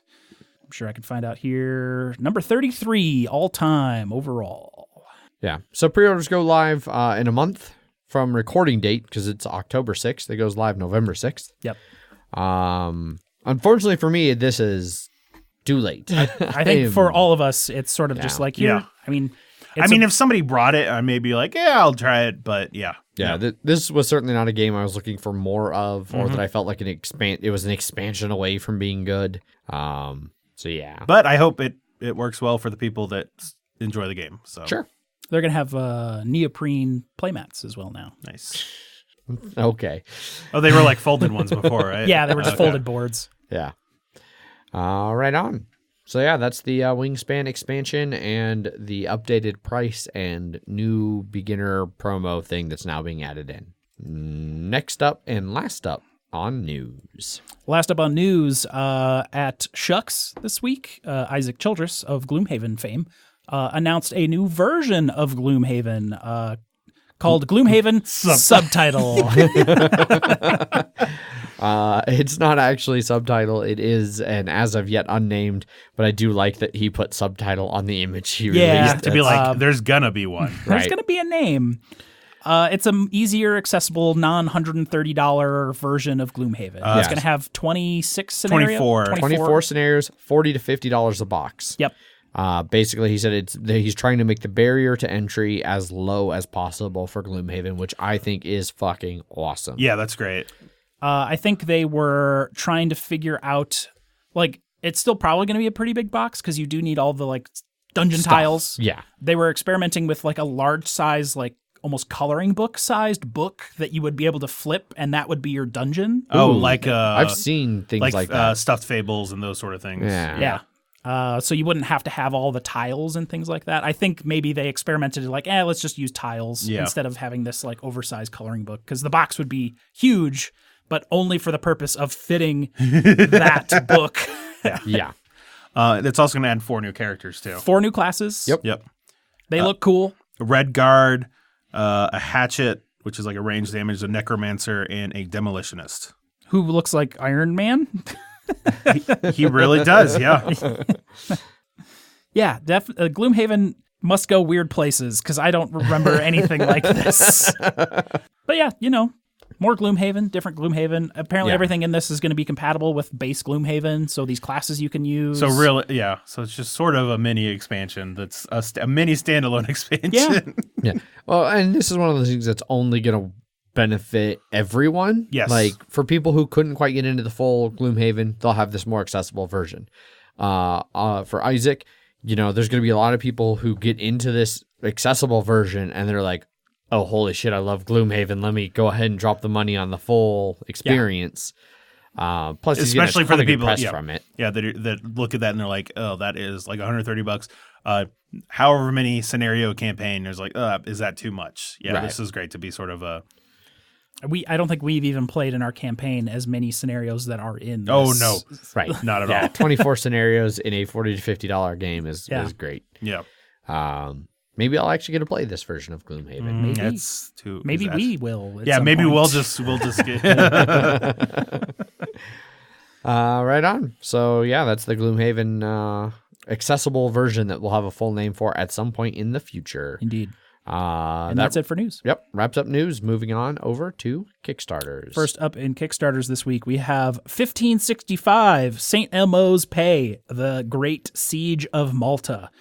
This one's well-funded. 31,000 of its $12,000 goals, over 600 backers, and still 3 weeks left to go, which you can pledge this one for $38.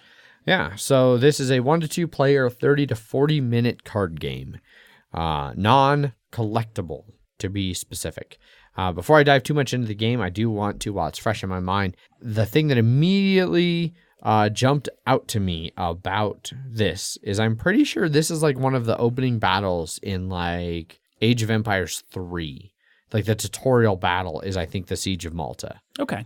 I did not play much of Age of Empires 3 because it was 3D and weird. It was all of those things. Yeah. But anyway, diving into this, it basically is a card game that covers this siege where a whole bunch of Ottomans came and attacked just like 30,000 armada attacked 500 knights defending Malta. And there was an epic siege. So basically you play as either Lala Mustafa Pasha, who was the campaign commander for the Ottoman Empire, or Jean Persaud de Velay, Grand Master of the Knights of St. John. There's 26 different character cards that are all the different people who were kind of involved in this. 36 event cards that are based on things that really actually happened there. Objective cards, and then just a shit ton of unit cards, a couple of tactic cards, and some other attachments and things. Bunch of tokens, things like that. Just tons and tons of stuff. So the basic goal is everybody, or each of the two players, has different kind of asymmetrical objectives that you're trying to overcome as you either defend Malta or besiege Malta. The stakes are high because if the Turks win, they take all of Europe, and so you gotta really defend Malta there. I like how they don't really have high stakes for like if you successfully defend Malta. Like, hey, you defended Malta, and the Spanish take over Europe. Yeah. Well, that's what kind of happened. Yeah. Or the Mediterranean. But so it's kind of in the vague style of Magic the Gathering, but non-collectible. So they're planning other theaters of conflict. We'll come back to that. But you get the complete game, and so it's basically just the two decks for the Turks or the Knights of St. John that you play out in a vaguely Magic style 2-player slightly asymmetrical game. Except using historical figures. Yeah. Artwork looks really good. Yes, it does. Oh, it's in apparently the same series as 1066 Tears to Many Mothers. I have heard of that game, and I've heard it's good for 2-player asymmetrical card games.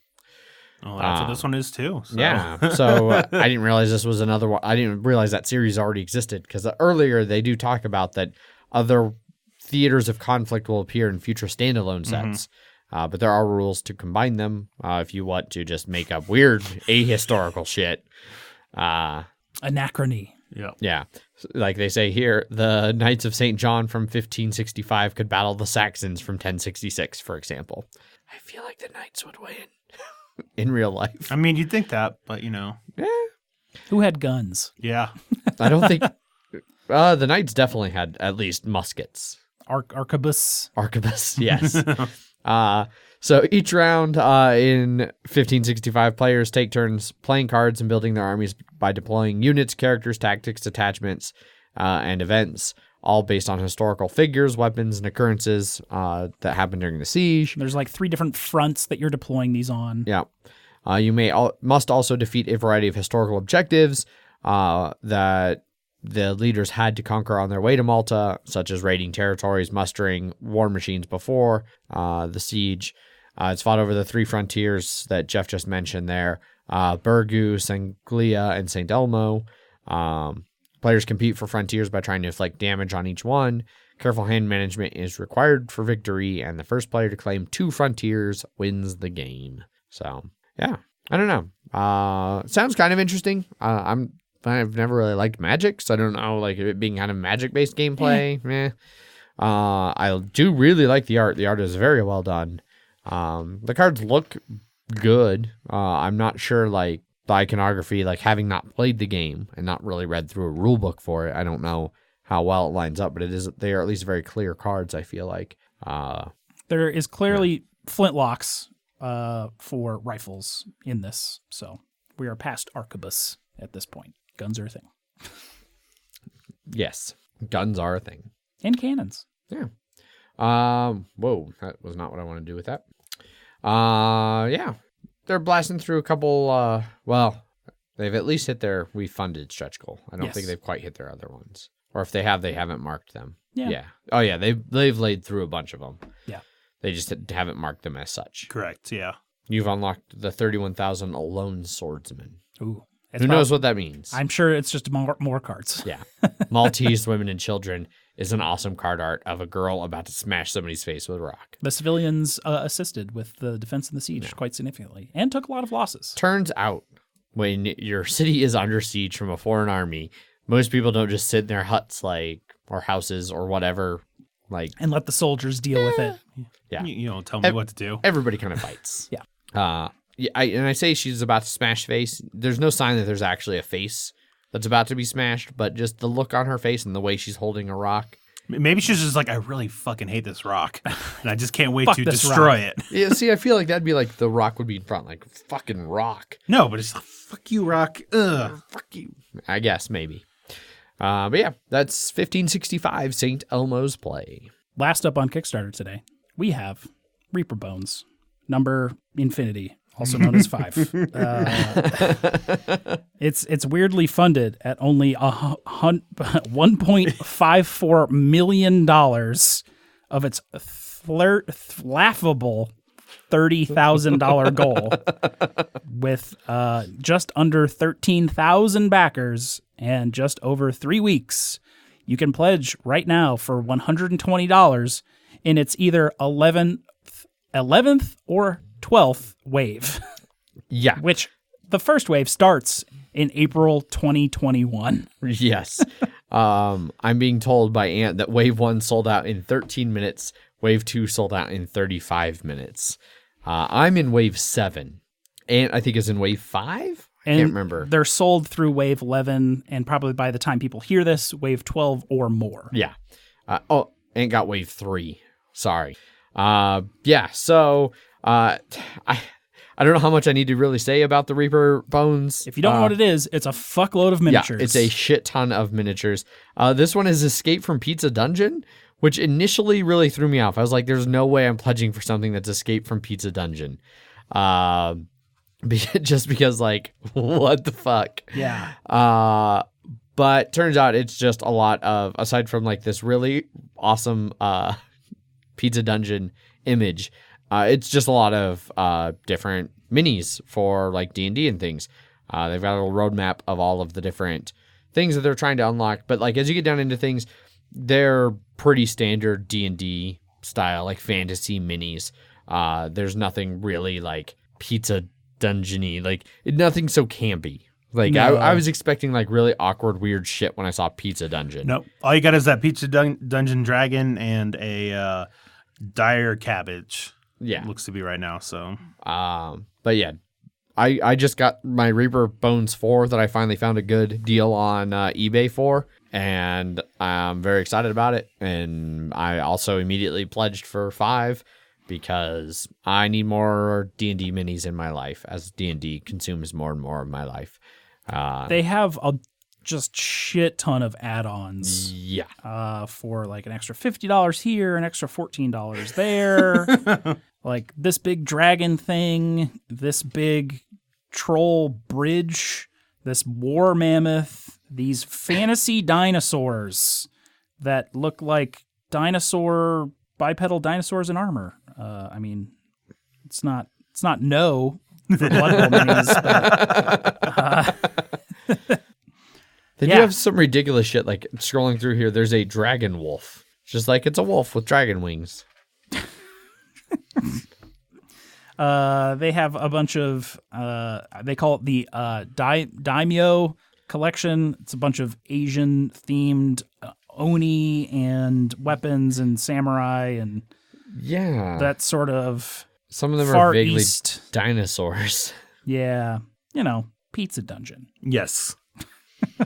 Sure thing. But if you want Reaper Bones, that's... If you want minis, there you go. If you want a lot of miniatures, that's... Fuckload of minis. I don't know. I'm totally down for it. I don't know about all the add-ons and stuff. Some of them I might do. Some of them I might not. It'll depend on my exact amount of money around when it actually funds, because I'm planning trips and have other things my money needs to go to, but I'm definitely going to throw $120 at the core set instead of the $250 I paid for the Reaper 4 core set. So How much did you pay for that? $250. That seems like over twice as much. As the Kickstarter sure Yeah. is. Yep. And these are all completely new? Yeah. Okay. Yep. These are all different, all new. Some of the things, like, I'm definitely not spending $10 on mouselings because they look stupid.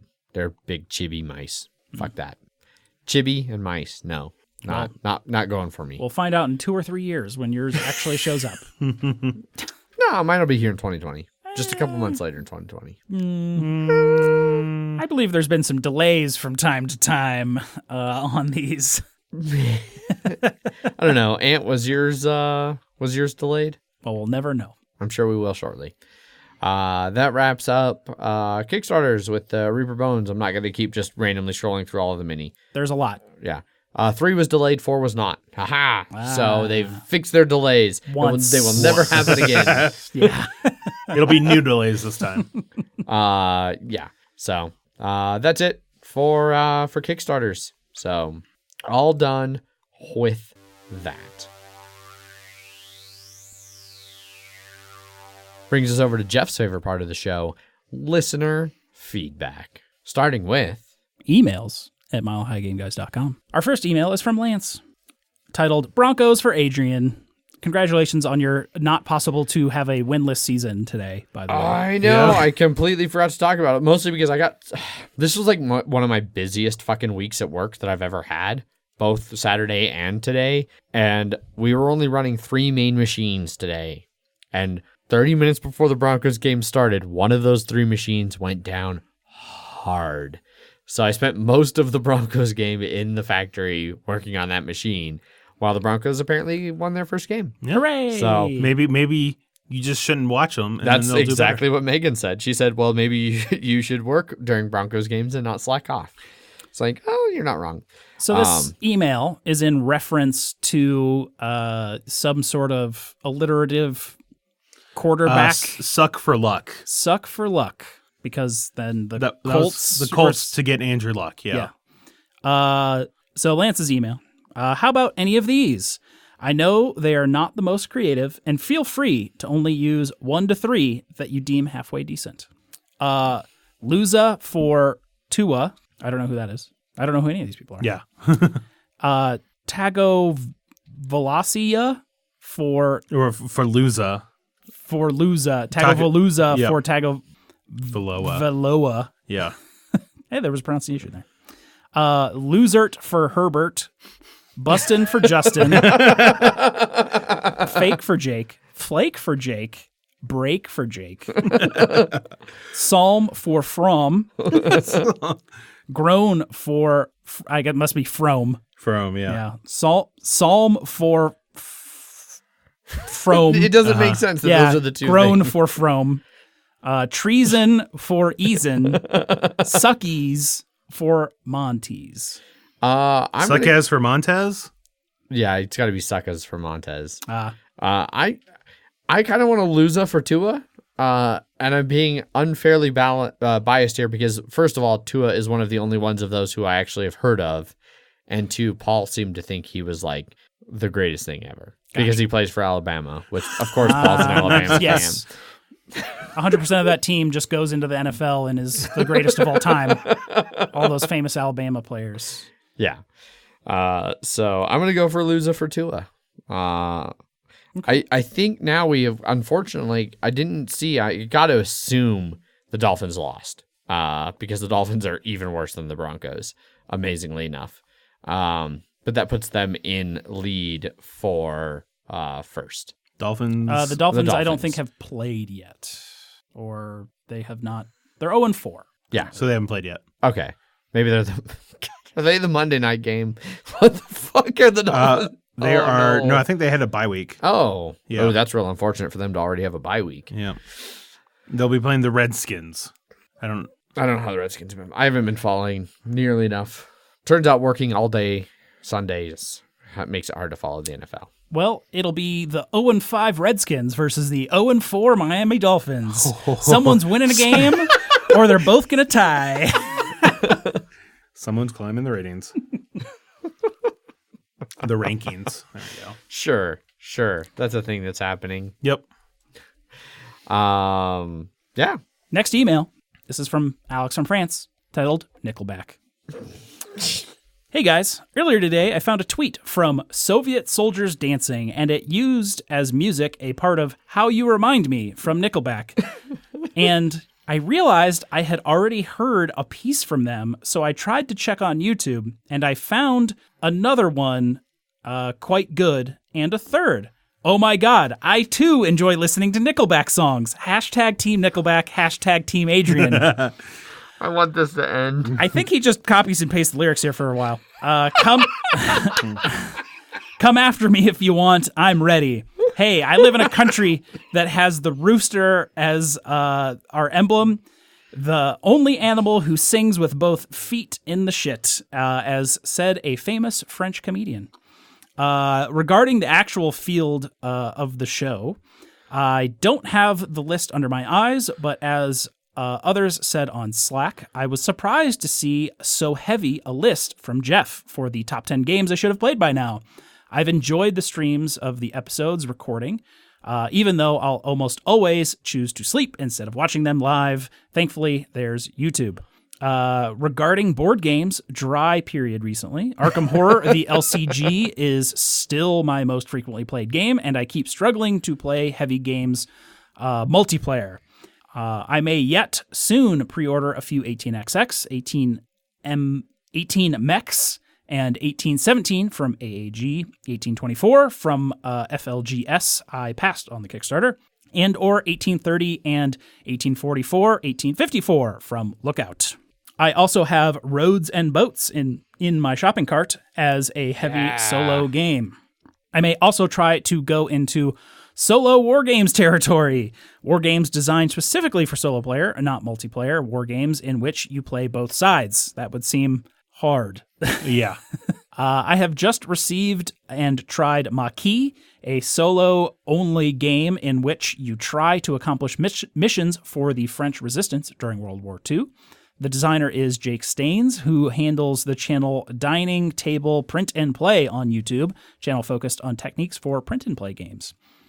I find it interesting that he put on his publishing contract that the print and play for the game, designed in 2013, a nominee for 2013 Golden Geek Best Print and Play board game, had to be available even after publication, so that he made a video explaining how to build the 2-layer board. That'd be interesting. Mm-hmm. Well, that was a lot of reading for Jeff, but I think he needed that as the email frequency was dropping lately. Keep recording fun and interesting episodes. Pass. No, we're just going to read Kickstarters as we scroll down them. Yeah. Good afternoon, night, whatever. Have fun. Alex from France. P.S. I listened to an older episode recently, and Jeff talked about a brewing class or something like that. Has he had it yet? Passed it? Are we supposed to call him Master Brewer Jeff now? No. Well, we will never call him that. No. We will certainly never call him Master Brewer Jeff. I did start going back to school, and I'm taking classes in a brewery operations and fermentation science program at a local college. Yeah. But that's like a whole like undergrad thing, so it'll be a little while. Yeah, I mean it's like a 2-year program on top of another 2-year program, but it all ends in a bachelor's of science and organic chemistry. Nice. This last email, from Paul. If Jeff was being sarcastic, he's dumb. Otherwise, good call, Jeff. Players currently on NFL rosters by school: Alabama, 56. Ohio State, 45. Florida, 35. And then it's all down from there.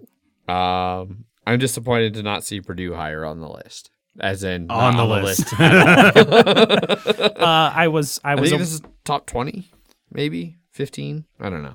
I was aware that Alabama had the most actual NFL players. I was being sarcastic about their entire team every year just going straight to the NFL. Yes. It was one of those things where, like, when I was talking to Paul about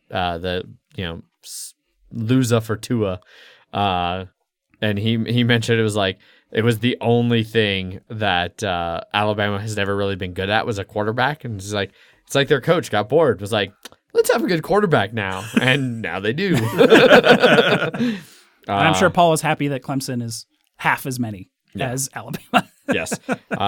And Georgia is 29 since you asked in chat, and it is on this list. It is. It's one of the top 10. So 8th, in fact. 8th. Okay. Yeah. There you go. There's your NFL update as well as college football, else. NCAA updates. Well, we're talking about college players who play currently in the NFL. That's true. Yeah, that wraps up all of that portion of listener feedback. Emails at milehighgameguys.com. Zach was there. No. No, BGG. Okay. Nope. We did, however, have a bunch of new YouTube stuff over in Paulo's corner. So first up comes from Paulo over on episode 166, Adult Home Alone. 161. 161. I don't know how I misread that. But Paulo says, I'm here, guys. Don't comment every time, because listen to this while doing something else, and sometimes the video ends and moves on to the next thing in the playlist. But this will be forever my corner. Smiley face. Over on our top 10, we had a couple comments. First up, Paulo. All Paulo. All Paulo all the time. On our top 10, what we should have played, he says, you should definitely play Anachrony. It's a fantastic game. 3 players is probably the way to go because it's a lot tighter regarding spaces on the board. You butchered the pronunciation of Trois. You weren't even being trolled when you were being corrected. Bus is fantastic. Through the Ages is simply the best game ever. You should play it. And the digital implementation is brilliant. Snowdonia, another top 10 game for me. Foothills is a very different game from Snowdonia. It's just the same theme. The gameplay is very different. Panamax, very good, but play it with 4 players. He then follows up in another comment. Also, Dungeon Lords, awesome. Another top 10. You should play it. Also at 4 players. So apparently we had a lot of good games on our lists. It was nice. For the first time in a very long time, Nick was like super in agreement with me. Like, feel like, Nick's one of the heavy gamers, but we've been diverging as I don't like things like Pax Pamir. He's like, how can I even be Team Adrian anymore? But then, he said my list was great. There was a bunch of good games. So, as opposed to Ofer, who didn't even know what half of them were. So, yeah. I think that wraps up all of the listener feedback. It does, yes. Yeah. Caught up on Paulo's Corner, caught up on emails. No BGG. That wraps up the episode. If you would like to get a hold of us, you can always send us an email. Emails at milehighgameguys.com. You can find us over on Twitter, where I tweet under @MHGameGuys. I am Zach_MHGG. I am Jeff_MHGG. We also have Facebook and Instagram, both /MileHighGameGuys. We are now doing live streams regularly of podcast episodes and various live plays of board games, as well as the Mile High Dungeon Delvers. All of that over on our Twitch channel, twitch.tv/MHGameGuys. You can also jump over to our website, milehighgameguys.com, where you'll find all of our show notes, including links to the different news and Kickstarter items that we talk about. It also includes a link to our BGG guild number 2731, to our Slack channel, where a whole bunch of people will undoubtedly be making fun of me for this live stream, and all of my struggles therein. Yeah. 100%. There's also a link to our Slack channel that I just mentioned. You did? Also to our Patreon, patreon.com/milehighgameguys, if you would like to support the show financially, which we always super appreciate. Recently, we've had a couple of our patrons increase their pledges, which is always nice to see. So thank you to everybody who's increased your pledge recently. Thank you. Yes, thank you. I think that is basically all of the contact information. I'm sure I'm forgetting something, because it is Twitch.tv. I definitely mentioned that. Well, let's mention it again. Yeah. All right, twitch.tv/MHGameGuys. That time without messing it up. There you go. Is where you can catch our live streams. We are also cross-posting a fair amount of our things after the fact over to YouTube. Not necessarily the podcast streams, because those get edited and uploaded to YouTube separately. But streams for the games we play and things like that get added to YouTube. Be sure to go subscribe over there. We're, I think, somewhere between 75 and 80 subscribers. We need 100 to get a custom URL on YouTube, so we can add to this list of things. So go subscribe over on YouTube. I think that pretty much wraps up all of that contact information things. So I'm just going to stop now while I'm only so far behind, and instead of falling further and further behind. We'd always like to thank our sponsors, Gray Fox Games, for supporting us and what we do here. They just wrapped up a very successful relaunch of their Kickstarter, After the Kingdom. Yep, and I think you can pre-order it too. After the Empire. Yeah, After the Empire, and I think you can pre-order it too, if you didn't get in on that. So yeah. And we just also recently did a 2-player stream of one of their other Kickstarters that is delivering right now, War of the Worlds. The new wave. Yeah, lots of cool stuff coming from Gray Fox that we're excited to kind of get to be a part of. Jeff, do you have a prepared statement regarding our sponsors? Absolutely. Gray Fox Games, quality games, cleverly crafted. Also, how about it, Undying Man? Care to die too? No, because Undying doesn't die. What is dead may never die, right? That's a thing. I'm not ready yet. That wraps up the whole episode. So thanks, everybody, for tuning in. Thank you, everybody who tuned in for the live stream, especially Ant and Paul, who have distracted me for the last 20 minutes with inane chat. I had to minimize the chat window because they were just getting out of control. So, yeah. Thanks, everybody, for participating. Thanks for listening. Thanks for being fans of the show. We really appreciate it. As always, I've been your host, Adrian. I am still Zach. And I have yet to have a touchdown scored against me in Blood Bowl this season, Jeff. Bye. Bye. Bye.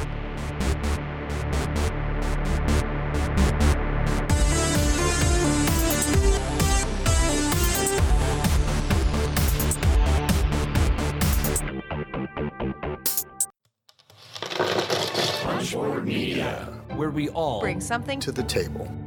Pull up a chair at punchboardmedia.com.